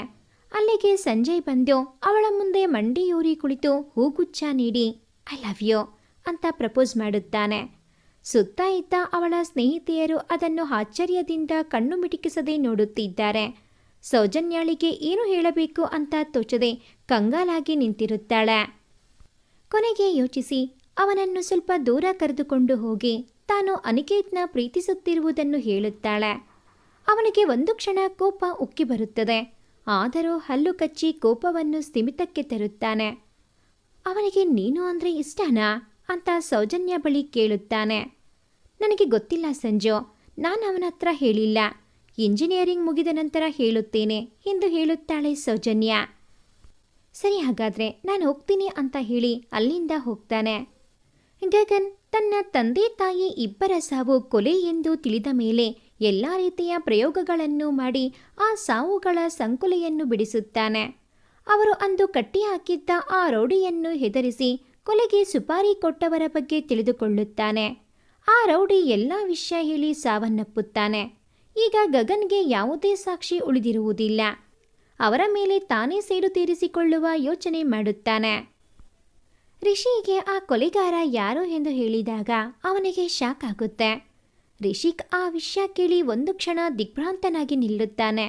ಅವನಿಗೆ ಹೇಗೆ ಪ್ರತಿಕ್ರಿಯಿಸಬೇಕು ಎಂದು ತಿಳಿಯುವುದಿಲ್ಲ. ಆದರೂ ತನ್ನ ಗೆಳೆಯನ ತಂದೆ ತಾಯಿಗೋಸ್ಕರ ಗಗನ್ಗೆ ಸಹಾಯ ಮಾಡಲು ಒಪ್ಪಿಕೊಳ್ಳುತ್ತಾನೆ. ಗಗನ್, ಸ್ವಲ್ಪ ದಿನ ಸುಮ್ಮನೆ ಇರೋಣ. ನಮ್ಮ ಕಂಪನಿ ಇನ್ನೂ ಎತ್ತರಕ್ಕೆ ಹೋಗಲಿ, ನಂತರ ನಾವು ಅವನಿಗೆ ಶಿಕ್ಷೆ ಕೊಡೋಣ ಅಂತ ಹೇಳುತ್ತಾನೆ. ಹೌದು ರಿಷಿ, ನಾವು ಈಗಲೇ ಅವನ ಮೇಲೆ ಸೇಡು ತೀರಿಸಿಕೊಳ್ಳಲು ಹೋದರೆ ನಮ್ಮ ಕಂಪನಿಗೆ ತೊಂದರೆಯಾಗಬಹುದು. ಅದಕ್ಕೆ ಸ್ವಲ್ಪ ದಿನ ಕಾಯೋಣ, ನಂತರ ಅವನನ್ನು ಶಿಕ್ಷಿಸೋಣ ಎಂದು ಒಪ್ಪಿಗೆ ನೀಡುತ್ತಾನೆ.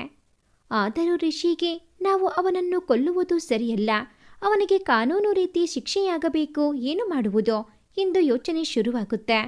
ಅವನು ಸೌಜನ್ಯ ತಂದೆ ಚಂದ್ರ ಬಳಿ ಎಲ್ಲ ವಿಷಯ ಹೇಳುತ್ತಾನೆ. ಅದಕ್ಕೆ ಅವರು, ನೋಡು ರಿಷಿ, ಯಾವ ಸಾಕ್ಷಿ ಇಲ್ಲದ ಕಾರಣ ಅವನಿಗೆ ಶಿಕ್ಷೆ ಕೊಡಲು ಸಾಧ್ಯವಿಲ್ಲ. ಅದಕ್ಕೆ ಅವನನ್ನು ಕೊಲ್ಲುವುದು ಉತ್ತಮ. ನಾನು ನಿಮಗೆ ಸಹಾಯ ಮಾಡುತ್ತೇನೆ. ನೀವು ಅವನನ್ನು ಕೊಲ್ಲುವುದು ಯಾರಿಗೂ ಕೊಲೆಯಂತೆ ಕಾಣಬಾರದು, ಆಕಸ್ಮಿಕದಂತೆ ಕಾಣಬೇಕು. ಅದನ್ನು ನಿಮಗೆ ನಾನು ಹೇಗೆ ಮಾಡಬೇಕು ಅಂತ ಹೇಳ್ತೀನಿ, ಅಲ್ಲಿವರೆಗೂ ಕಾಯ್ತಾ ಇರಿ ಎಂದು ಭರವಸೆ ನೀಡುತ್ತಾರೆ. ಅಪ್ಪ, ಆ ಸೌಜನ್ಯ ಯಾರೋ ಅನಿಕೇತ್ ಅನ್ನೋನ್ನ ಲವ್ ಮಾಡುತ್ತಿದ್ದಾಳಂತೆ. ಅವನು ಚೆನ್ನೈನಲ್ಲಿ Devaraj group of company owner ಮಗ ಅಂತೆ. ಆದರೆ ಅವನಿಗೆ ಲವ್ ವಿಷಯ ಹೇಳಿಲ್ಲವಂತೆ. ಅವನ ಬರ್ತ್ಡೇಗೆ ಹೇಳುತ್ತಾರಂತೆ. ಏನು ಹೇಳ್ತಿದೀಯಾ, ನಿಜನಾ? ಹ್ಞೂ ಅಪ್ಪ, ನಿಜ. ಸರಿ, ಹಾಗಿದ್ದರೆ ಅವನ ಬಗ್ಗೆ ತಿಳ್ಕೊ, ಅವನ ವೀಕ್ನೆಸ್ ಬಗ್ಗೆ ತಿಳ್ಕೊ. ಮುಂದಿನದು ಆಮೇಲೆ ನೋಡೋಣ. ಸರಿ, ಆಯಿತು ಅಪ್ಪ. ಸಂಜೆ ಅನಿಕೇತ್ ಬಗ್ಗೆ ತಿಳಿದುಕೊಳ್ಳಲು ಅವನ ಸ್ನೇಹಿತರನ್ನು ಕಳುಹಿಸುತ್ತಾನೆ. ಅವರು ಅನಿಕೇತ್ಗೆ ಗೊತ್ತಾಗದಂತೆ ಅವನ ಬಗ್ಗೆ ಮಾಹಿತಿ ಕಲೆ ಹಾಕುತ್ತಾರೆ. ಅದನ್ನು ಸಂಜುಗೆ ತಿಳಿಸುತ್ತಾರೆ. ಅಪ್ಪ, ಅವನೊಬ್ಬ ಹಣದ ವ್ಯಾಮೋಹಿ. ಹಣಕ್ಕಾಗಿ ಏನನ್ನಾದರೂ ಮಾಡುತ್ತಾನೆ. ಈಗಾಗಲೇ 5 ಹುಡುಗಿಯರಿಗೆ ಮೋಸ ಮಾಡಿದ್ದಾನೆ. ಹಣವನ್ನು ಕೊಟ್ಟರೆ ಏನನ್ನಾದರೂ ಮಾಡುವಂತಹ ಸ್ವಭಾವದವನು.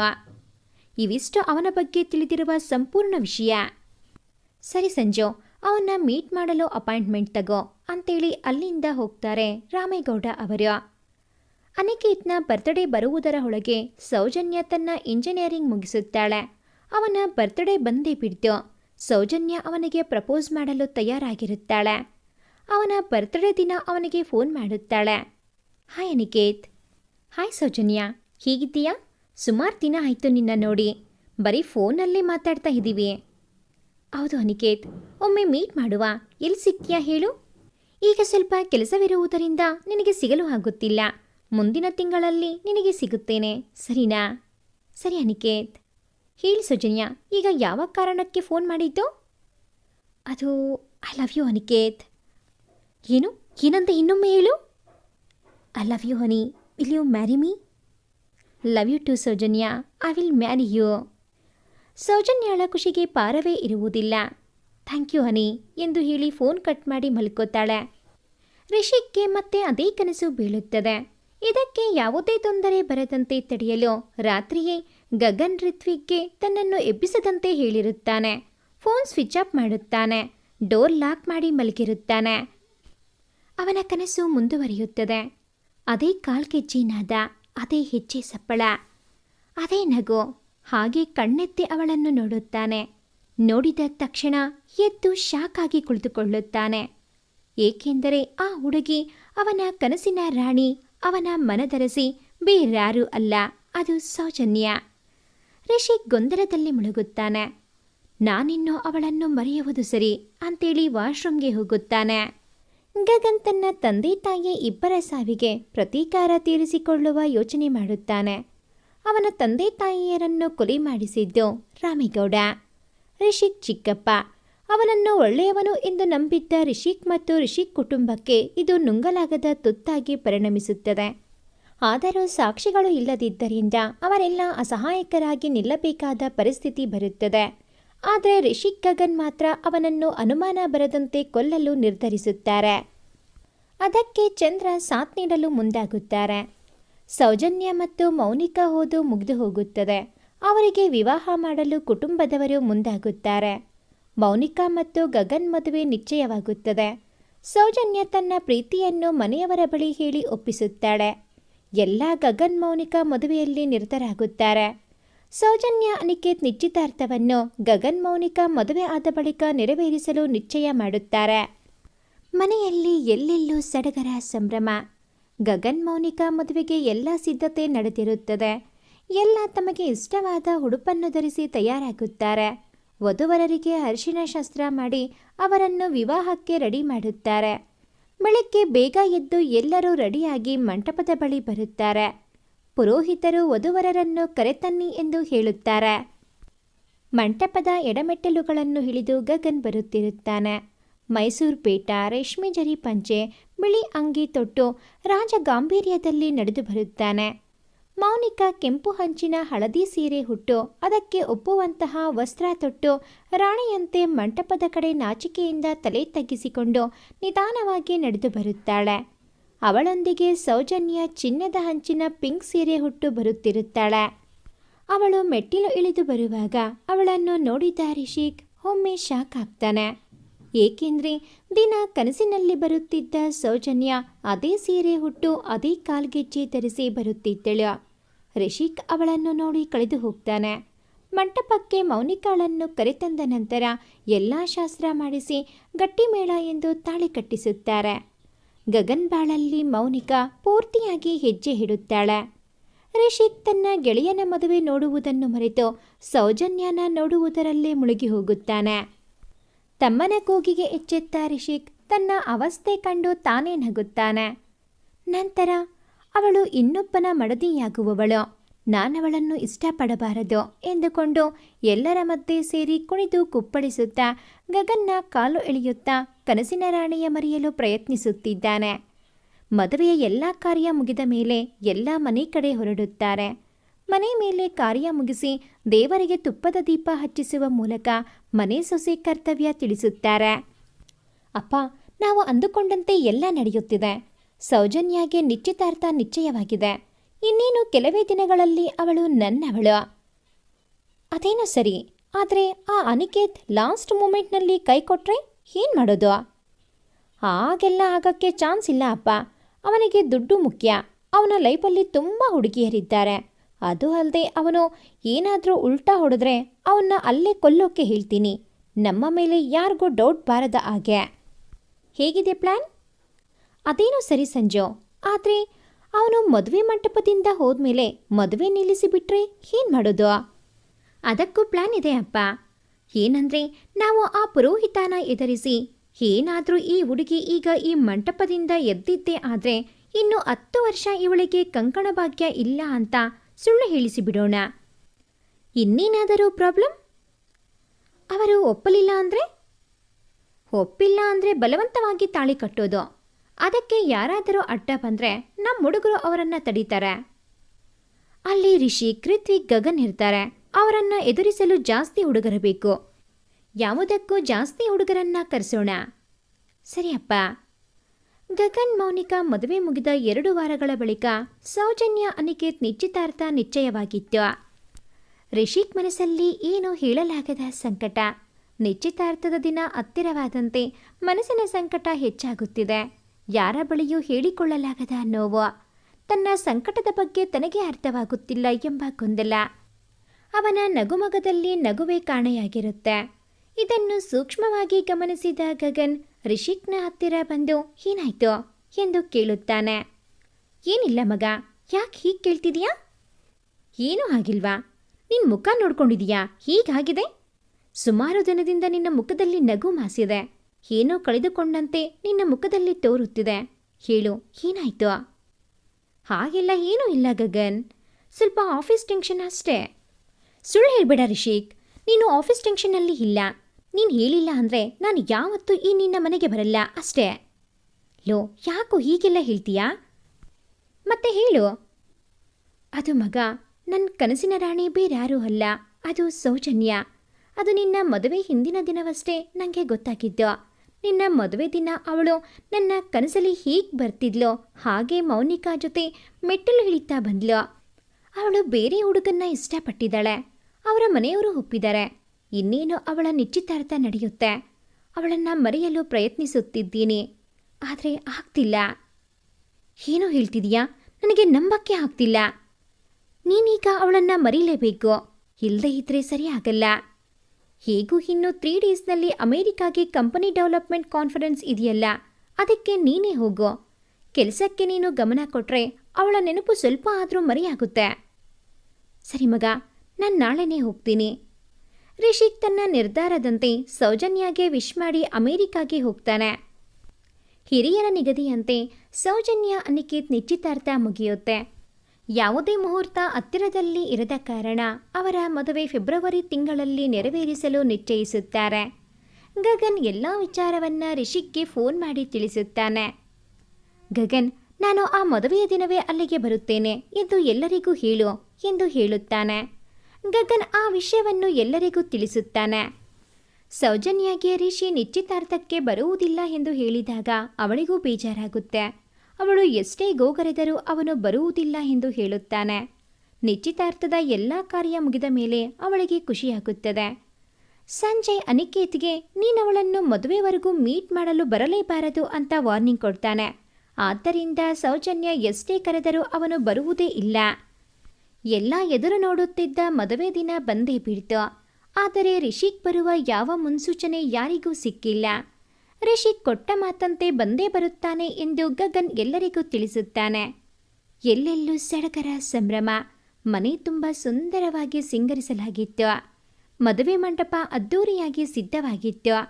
ಎಲ್ಲ ರೀತಿಯ ಶಾಸ್ತ್ರಗಳು ಪ್ರಾರಂಭ ಆದವು.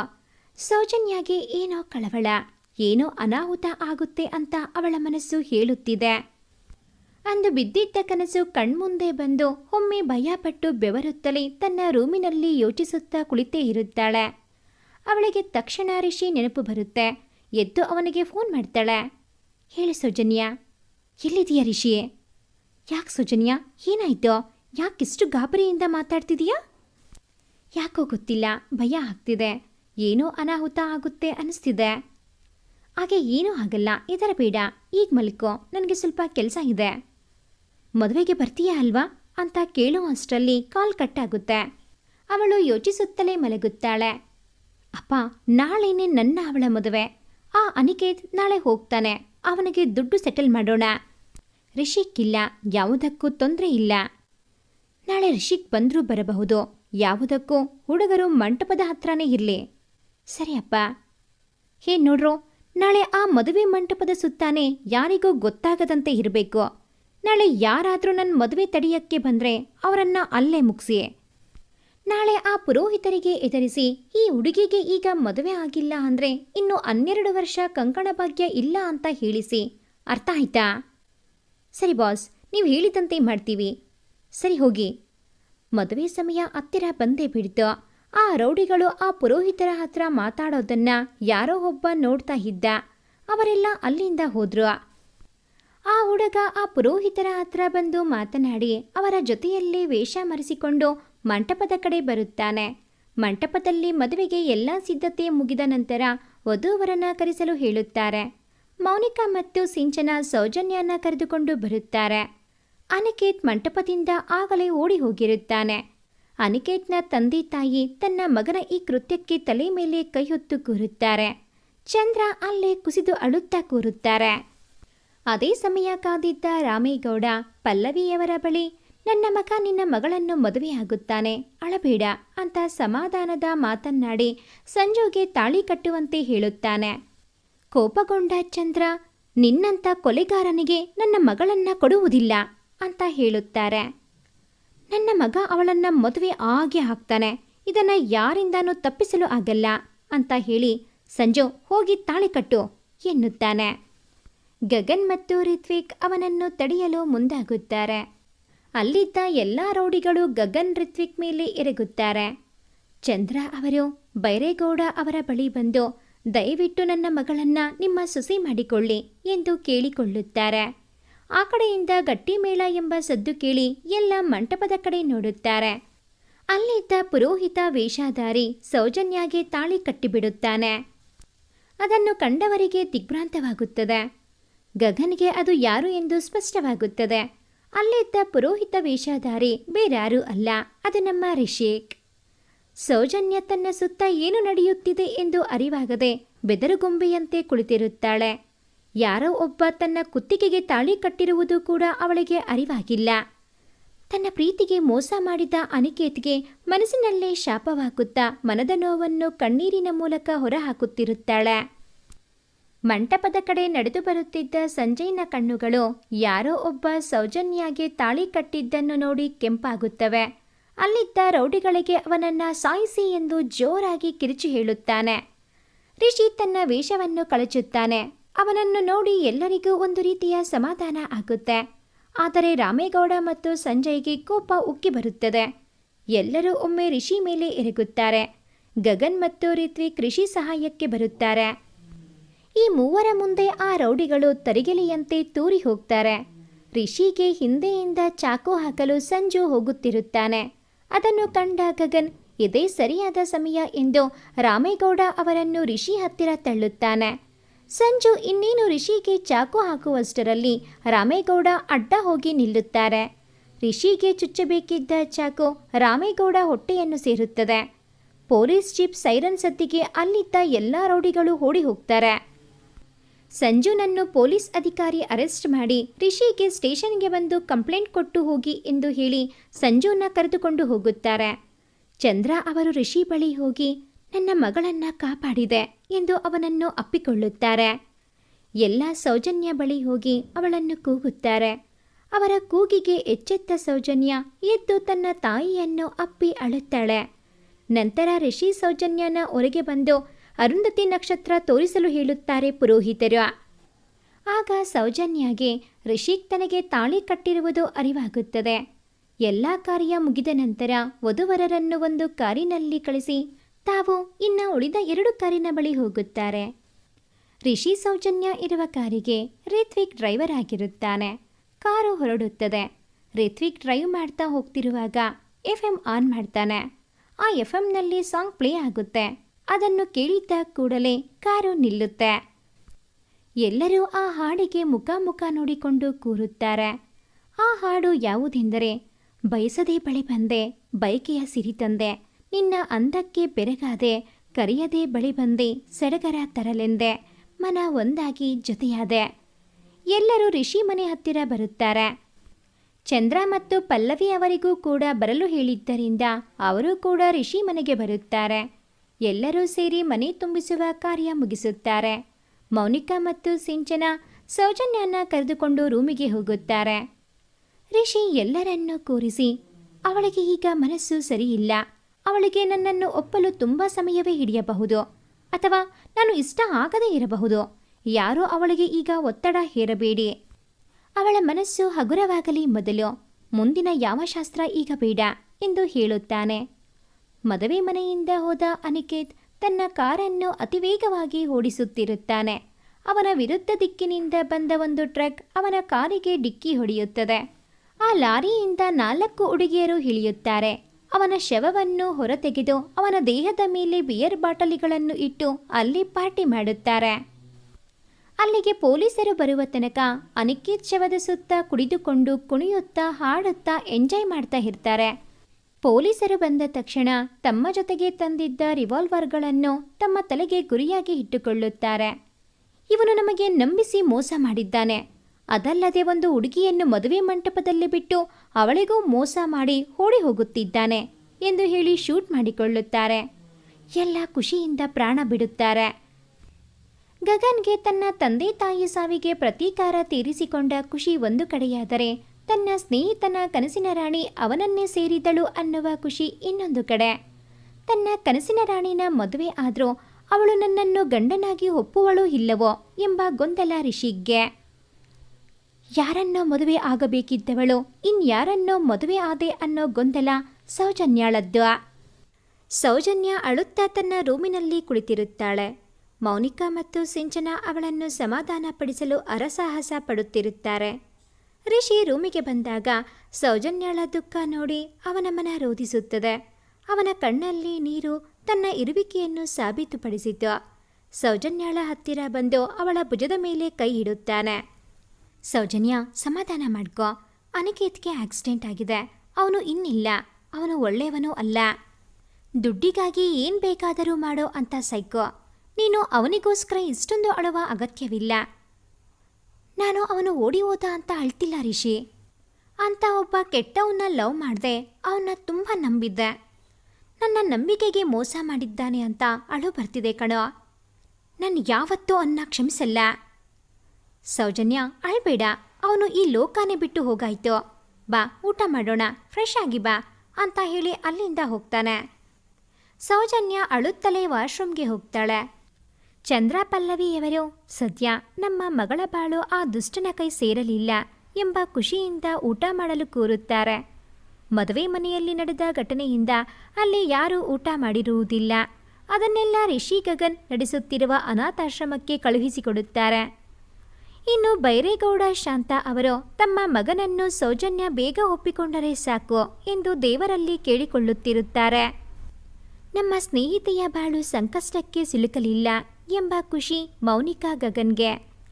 ಹೇಗೋ ಕನಸಿನ ರಾಣಿಯನ್ನೇ ಮದುವೆಯಾದೆ, ಆದರೆ ಅವಳು ನನ್ನನ್ನು ಒಪ್ಪುತ್ತಾಳೋ ಇಲ್ಲವೋ ಎಂಬ ಗೊಂದಲ ರಿಷಿಗೆ. ರಿಷಿ ನನ್ನ ಮನಸ್ಫೂರ್ತಿಯಾಗಿ ಮದುವೆ ಆದ್ನಾ, ಅಥವಾ ನನ್ನ ಮೇಲಿನ ಕರುಣೆಯಿಂದ ಮದುವೆ ಆದ್ನಾ ಅನ್ನೋ ಗೊಂದಲ ಸೌಜನ್ಯಗೆ. ಅಂತೂ ಎಲ್ಲರ ಮನಸ್ಸು ಅವರವರ ಯೋಚನೆಯಲ್ಲಿ ಮುಳುಗಿದೆ.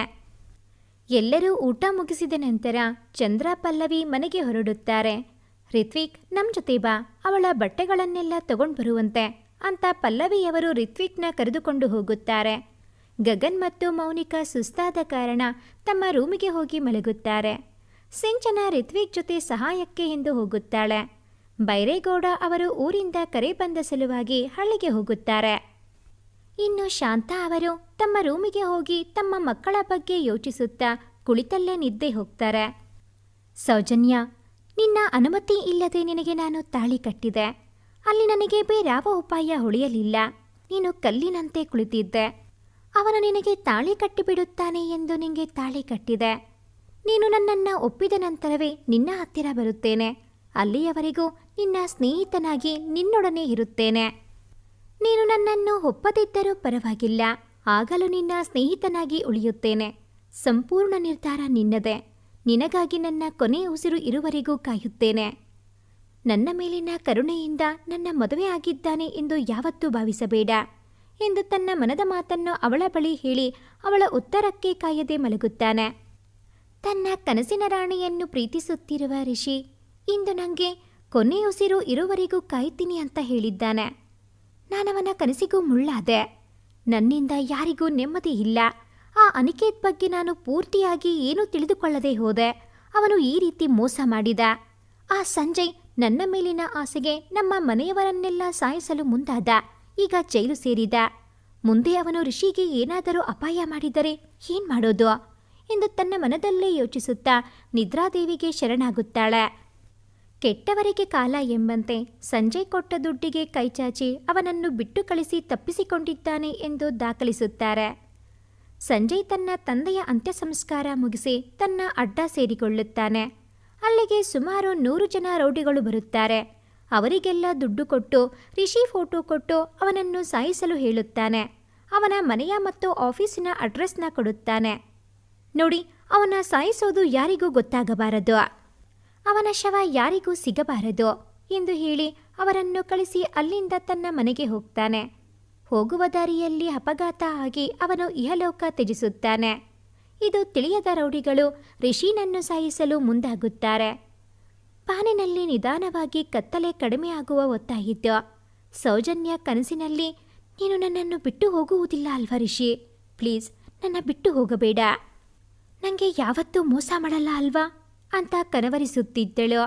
ಎಚ್ಚರವಾದ ರಿಷಿಗೆ ಇದೆಲ್ಲ ಕೇಳಿಸಿತು. ಅವನ ಮನದರೆಸಿ ಅವನ ಎದೆ ಮೇಲೆ ಮಲಗಿ ಕನವರಿಸುತ್ತಿದ್ದನ್ನು ನೋಡಿ ಮುಗಳ್ನಗುತ್ತಾ ಅವಳನ್ನು ನಿಧಾನವಾಗಿ ಪಕ್ಕಕ್ಕೆ ಮಲಗಿಸಿ ಅವಳ ಹಣೆಗೊಂದು ಮುತ್ತು ಕೊಟ್ಟು ಅಲ್ಲಿಂದ ಹೋಗುತ್ತಾನೆ. ಬೆಳಗ್ಗೆ ತಡವಾಗಿ ಎದ್ದ ಸೌಜನ್ಯ ಸುತ್ತ ನೋಡುತ್ತಾಳೆ. ರಿಷಿ ಆಗಲೇ ಆಫೀಸ್ಗೆ ಹೋಗಿರುತ್ತಾನೆ. ಸೌಜನ್ಯ ಗಡಿಯಾರ ನೋಡಿದಾಗ ಗಂಟೆ 8 ತೋರಿಸುತ್ತಿತ್ತು. ಸೌಜನ್ಯಳ ಪಕ್ಕದಲ್ಲೇ ಇದ್ದ ಸ್ಟೂಲ್ ಮೇಲೆ ಒಂದು ಪತ್ರ ಇರುತ್ತದೆ. ಅದರಲ್ಲಿ, ಸೌಜನ್ಯ, ನಾನು ಸಂಜೆ ಬರುವುದು ತಡವಾಗುತ್ತದೆ. ಸ್ವಲ್ಪ ಅರ್ಜೆಂಟ್ ಕೆಲಸದ ನಿಮಿತ್ತ ನಾನು ಹೊರಗಡೆ ಹೋಗೋದಿದೆ. ಟೇಕ್ ಕೇರ್, ಬಾಯ್ ಅಂತ ಬರೆದಿರುತ್ತೆ. ಸೌಜನ್ಯ ಸ್ನಾನ ಮುಗಿಸಿ ಕೆಳಗೆ ಬರ್ತಾಳೆ. ಗಗನ್ ಆಫೀಸ್ಗೆ ಹೋಗಲು ತಯಾರಾಗಿರುತ್ತಾನೆ. ಗಗನ್, ನಿನ್ನತ್ರ ಸ್ವಲ್ಪ ಮಾತನಾಡಬೇಕು. ಬ್ಯುಸಿ ಇಲ್ಲ ಅಂದರೆ ಮಾತನಾಡಬಹುದಾ ಅಂತ ಸೌಜನ್ಯ ಕೇಳ್ತಾಳೆ. ಅದಕ್ಕೇನು ಸೌಜನ್ಯ, ಮಾತಾಡೋ, ಏನು ವಿಷಯ? ಅದು ಸ್ವಲ್ಪ ಹೊರಗಡೆ ನಿಂತು ಮಾತಾಡಬಹುದಾ? ಓಕೆ ಬಾ, ಮುಂದೆ ಲಾನ್ನಲ್ಲಿ ಮಾತಾಡೋಣ. ಇಬ್ರು ಲಾನ್ ಹತ್ರ ಬರ್ತಾರೆ. ಹೇಳಿ ಸೌಜನ್ಯ, ಏನು? ಅದು ಗಗನ್, ನನ್ನತ್ರ ನಿಜ ಹೇಳು ಪ್ಲೀಸ್. ಅರ್ಜುನ್ ಕನಸಲ್ಲಿ ಬರೋ ಹುಡುಗಿ ಯಾರೋ? ಅಷ್ಟು ಪ್ರೀತಿಸ್ತಾ ಇದ್ದ ರಿಷಿ ನಿನ್ನೆಯಿಂದ ಅವಳ ನೆನಪೇ ಇಲ್ಲ ಅನ್ನೋ ರೀತಿ ಹಾಡ್ತಿದ್ದಾನೆ. ನನಗೋಸ್ಕರ ಉಸಿರು ಇರೋವರೆಗೂ ಕಾಯ್ತಾನಂತೆ. ಪ್ಲೀಸ್ ಹೇಳು ಗಗನ್. ಸೌಜನ್ಯ, ಅದು ನಾನು ಅದನ್ನು ಹೇಳಬೇಕೋ ಬೇಡವೋ ಗೊತ್ತಿಲ್ಲ. ನೀನದನ್ನು ನಂಬುವೆಯೋ ಇಲ್ಲವೋ ಗೊತ್ತಿಲ್ಲ. ಸೊ ರಿಷಿ ಹೇಳೋವರೆಗೂ ನನ್ನ ಏನೂ ಕೇಳಬೇಡ. ಅದೆಲ್ಲ ಆಗಲ್ಲ ಗಗನ್, ನೀನೀಗ ಹೇಳಲೇಬೇಕು. ಇಲ್ಲ ಅಂದರೆ ನಾನು ಎಲ್ಲರ ಲೈಫಿಂದ ದೂರ ಹೋಗ್ತೀನಿ. ಹಾಗಂತ ಸಾಯಲ್ಲ, ನಿಮ್ಮ ಕಣ್ಮುಂದೆ ಬರಲ್ಲ ಅಷ್ಟೇ.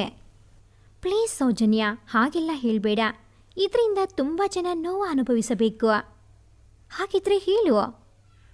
ಅದು ಸೌಜನ್ಯ, ಆ ಹುಡುಗಿ ಬೇರೆ ಯಾರೂ ಅಲ್ಲ, ಅದು ನೀನೇ. ಅದು ನನ್ನ ಮತ್ತು ಮೌನಿಕಾ ಮದುವೆ ದಿನ ಅವನಿಗೆ ಗೊತ್ತಾಯಿತು. ಅದಕ್ಕೆ ಅವನು 3 ದಿನದಲ್ಲಿ ಮುಗಿಸೋ ಕಾನ್ಫರೆನ್ಸ್ನ 3 ತಿಂಗಳು ಅಂತ ಸುಳ್ಳು ಹೇಳಿ ಹೋಗಿದ್ದು. ಅವನು ಮದುವೆಗೂ ಬರಲ್ಲ ಅಂದ. ನಾನೇ ಫೋರ್ಸ್ ಮಾಡಿದೆ, ಬಂದ. ಮತ್ತೆ ಇಷ್ಟೆಲ್ಲ ಆಯಿತು. ಅದು ನಾನೇನಾ? ನೀನು ನಿಜ ಹೇಳ್ತಿದೀಯಾ? ಸುಳ್ಳಲ್ಲ ತಾನೇ?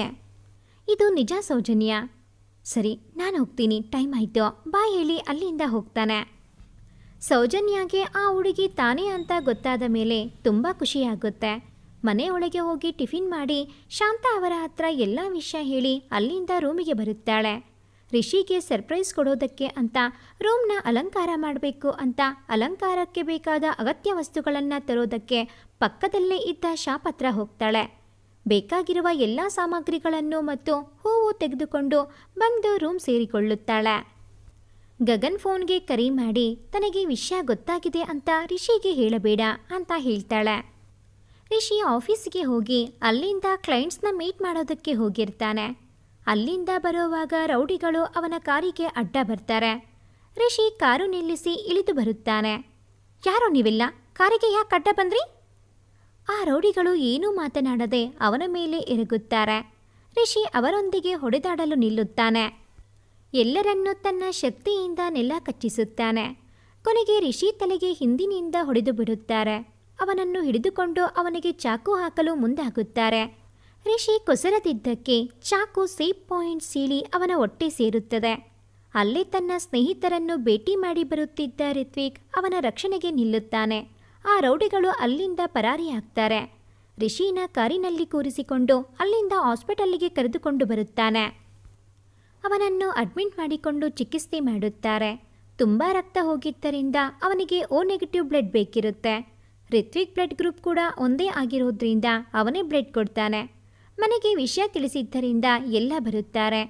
ಸೌಜನ್ಯ ರೂಮ್ ಡೆಕೋರೇಟ್ ಮಾಡ್ತಾ ಇರ್ತಾಳೆ. ವಿಷಯ ತಿಳಿದ ತಕ್ಷಣ ಕುಸಿದು ಬೀಳುತ್ತಾಳೆ. ಅವಳನ್ನು ಸಮಾಧಾನ ಮಾಡಿ ಹಾಸ್ಪಿಟಲ್ಗೆ ಕರೆದುಕೊಂಡು ಬರುತ್ತಾರೆ. ಸೌಜನ್ಯ ಕಾರು ಇಳಿದ ಕೂಡಲೇ ಅಳುತ್ತಾ ಒಳಗೆ ಓಡುತ್ತಾಳೆ. ರಿತ್ವಿಕ್ ಆಗ ತಾನೇ ರಕ್ತ ಕೊಟ್ಟು ಬಂದು ಕುಳಿತಿರುತ್ತಾನೆ. ಸೌಜನ್ಯ ಓಡಿ ಹೋಗಿ ರಿತ್ವಿಕ್ ಮುಂದೆ ನಿಂತು, ರಿತ್ವಿಕ್ ಏನಾಯ್ತು ರಿಷಿಗೆ ಅಂತ ಕೇಳ್ತಾಳೆ. ನಾನು ರಿಷಿನ ನೋಡಬೇಕು ಅಂತ ವಾರ್ಡ್ ಒಳಕ್ಕೆ ಹೋಗೋದಕ್ಕೆ ಸರಿಯಾಗಿ ಡಾಕ್ಟರ್ ಬಂದು, ಈಸ್ ಫೈನ್, ಬಟ್ ತಲೆಗೆ ಬಲವಾದ ಹೊಡೆತ ಬಿದ್ದಿರುವುದರಿಂದ ಅವನು ಕೋಮಾ ಸ್ಟೇಜ್ಗೆ ಹೋಗಬಹುದು, ಅವರನ್ನು ನೀನೇ ಇಳಿಸಬೇಕು ಅಂತ ಹೇಳಿ ಅವಳನ್ನು ಒಳಗೆ ಕಳಿಸುತ್ತಾರೆ. ರಿಷಿ ಏನಾಯ್ತು ರಿಷಿ, ಪ್ಲೀಸ್ ಹೇಳು ರಿಷಿ, ನನಗೋಸ್ಕರ ಕಾಯ್ತೀನಿ ಅಂದೆ. ಹೀಗೆ ನೋಡಿದ್ರೆ ನನಗೆ ಮೋಸ ಮಾಡಿ ಬೇಗ ಹೋಗ್ತಿದೀಯಾ. ನಿನ್ನ ಬಿಟ್ಟು ನಾನು ಇರಲ್ಲ ರಿಷಿ, ಪ್ಲೀಸ್ ಹೇಳು Rishi, I love you Rishi, I love you for ever ಅಂತ ಹೇಳ್ತಾ ಅವನ ಕೈ ಹಿಡಿದು ಇರುತ್ತಾಳೆ. ತನ್ನ ಮನದರಿಸಿಯ ದುಃಖ ರಿಷಿ ಮನಸ್ಸಿನಲ್ಲಿ ಸಂಕಟವನ್ನು ಹೆಚ್ಚಿಸುತ್ತದೆ. ನಿಧಾನವಾಗಿ ಕಣ್ಣು ತೆರೆದು ಸೌಜನ್ಯ ಅಂತ ಕರೀತಾನೆ. ಸೌಜನ್ಯ ಅವನ ದನಿ ಕೇಳಿ ತಗ್ಗಿಸಿದ ತಲೆಯನ್ನು ಮೇಲೆ ಎತ್ತುತ್ತಾಳೆ. ನಿನ್ನಲ್ಲೇ ನಾನಿರುವಾಗ ನಿನ್ನನ್ನು ಬಿಟ್ಟು ನಾನು ಎಲ್ಲಿಗೆ ಹೋಗಲಿ ಎಂದು ಹೇಳುತ್ತಾನೆ ರಿಷಿ. ಅವನ ಹಣೆಗೆ ಹೂ ಮುತ್ತನಿಟ್ಟು ಅವನನ್ನು ಹಾಗೆ ಅಪ್ಪುತ್ತಾಳೆ. ಇದನ್ನು ಬಾಗಿಲಲ್ಲಿ ನಿಂತು ನೋಡಿದ ಎಲ್ಲರೂ ಅಲ್ಲಿಂದಲೇ ಇವರಿಗೆ ಶುಭ ಕೋರುತ್ತಾರೆ. ಒಂದು ವಾರದ ನಂತರ ಅವನನ್ನು ಡಿಸ್ಚಾರ್ಜ್ ಮಾಡಿ ಮನೆಗೆ ಕರೆದುಕೊಂಡು ಬರುತ್ತಾರೆ. ಪೂರ್ತಿಯಾಗಿ ಗುಣವಾದ ನಂತರ ಮತ್ತೆ ರಿಷಿ ಸೌಜನ್ಯರಿಗೆ ಮರುಮದುವೆ ಮಾಡಿಸಿ ಅವರನ್ನು ನೂತನ ಸತಿಪತಿಯಾಗಿ ನೋಡಿ ಹರಿಸುತ್ತಾರೆ. ಅಂದು ರಿಷಿನಲ್ಲಿ ಸೌಜನ್ಯಾಳಲ್ಲಿ ರಿಷಿ ಒಂದಾಗುತ್ತಾರೆ. ಅವರ ಮದುವೆ ಆದ ವರ್ಷದ ಬಳಿಕ ಮದುವೆ ವಾರ್ಷಿಕೋತ್ಸವದ ದಿನವೇ ಅವಳೇ ಮಕ್ಕಳಿಗೆ ಜನ್ಮ ನೀಡುತ್ತಾಳೆ ಸೌಜನ್ಯ. ಪ್ರಭಾಸ್ ಪ್ರತಾಪ್ ಎಂದು ನಾಮಕರಣ ಮಾಡಿ ತಮ್ಮ ಜೀವನದ ಅಮೂಲ್ಯ ಕ್ಷಣಗಳನ್ನು ಮೆಲುಕು ಹಾಕುತ್ತಾ ಇರುತ್ತಾರೆ. ಮೌನಿಕಾ ಕೂಡ ಅವಳಿ ಹೆಣ್ಣು ಮಕ್ಕಳ ತಾಯಿಯಾಗುತ್ತಾಳೆ. ಸಾನವಿ ಗಾನವಿ ಎಂದು ನಾಮಕರಣ ಮಾಡಿದರು. ರಿತ್ವಿಕ್ ಸಿಂಜನ ಮದುವೆ ಆಗಿ ಅವರಿಗೂ ಒಂದು ಗಂಡು ಮಗು ಆಗುತ್ತೆ. ಪ್ರೀತಮ್ ಎಂದು ಹೆಸರಿಡುತ್ತಾರೆ. ಎಲ್ಲರೂ ಖುಷಿಯಿಂದ ಸಂತೋಷವಾಗಿ ಒಂದಾಗಿ ಜೀವನ ನಡೆಸುತ್ತಾರೆ. ಈ ಒಂದು ಕತೆ ನಿಮಗೆ ಇಷ್ಟ ಆಗಿದ್ದಲ್ಲಿ ಪ್ಲೀಸ್ ಲೈಕ್ ಮಾಡಿ, ಶೇರ್ ಮಾಡಿ, ಹಾಗೆಯೇ ಕಾಮೆಂಟ್ ಮಾಡೋದನ್ನು ಮರಿಬೇಡಿ. ಇನ್ನೂ ಯಾರೆಲ್ಲ ಈ ಚಾನಲ್ಗೆ ಸಬ್ಸ್ಕ್ರೈಬ್ ಆಗಿಲ್ಲ ದಯವಿಟ್ಟು ಈ ಕೂಡಲೇ ಸಬ್ಸ್ಕ್ರೈಬ್ ಆಗಿ. Thanks for watching this video.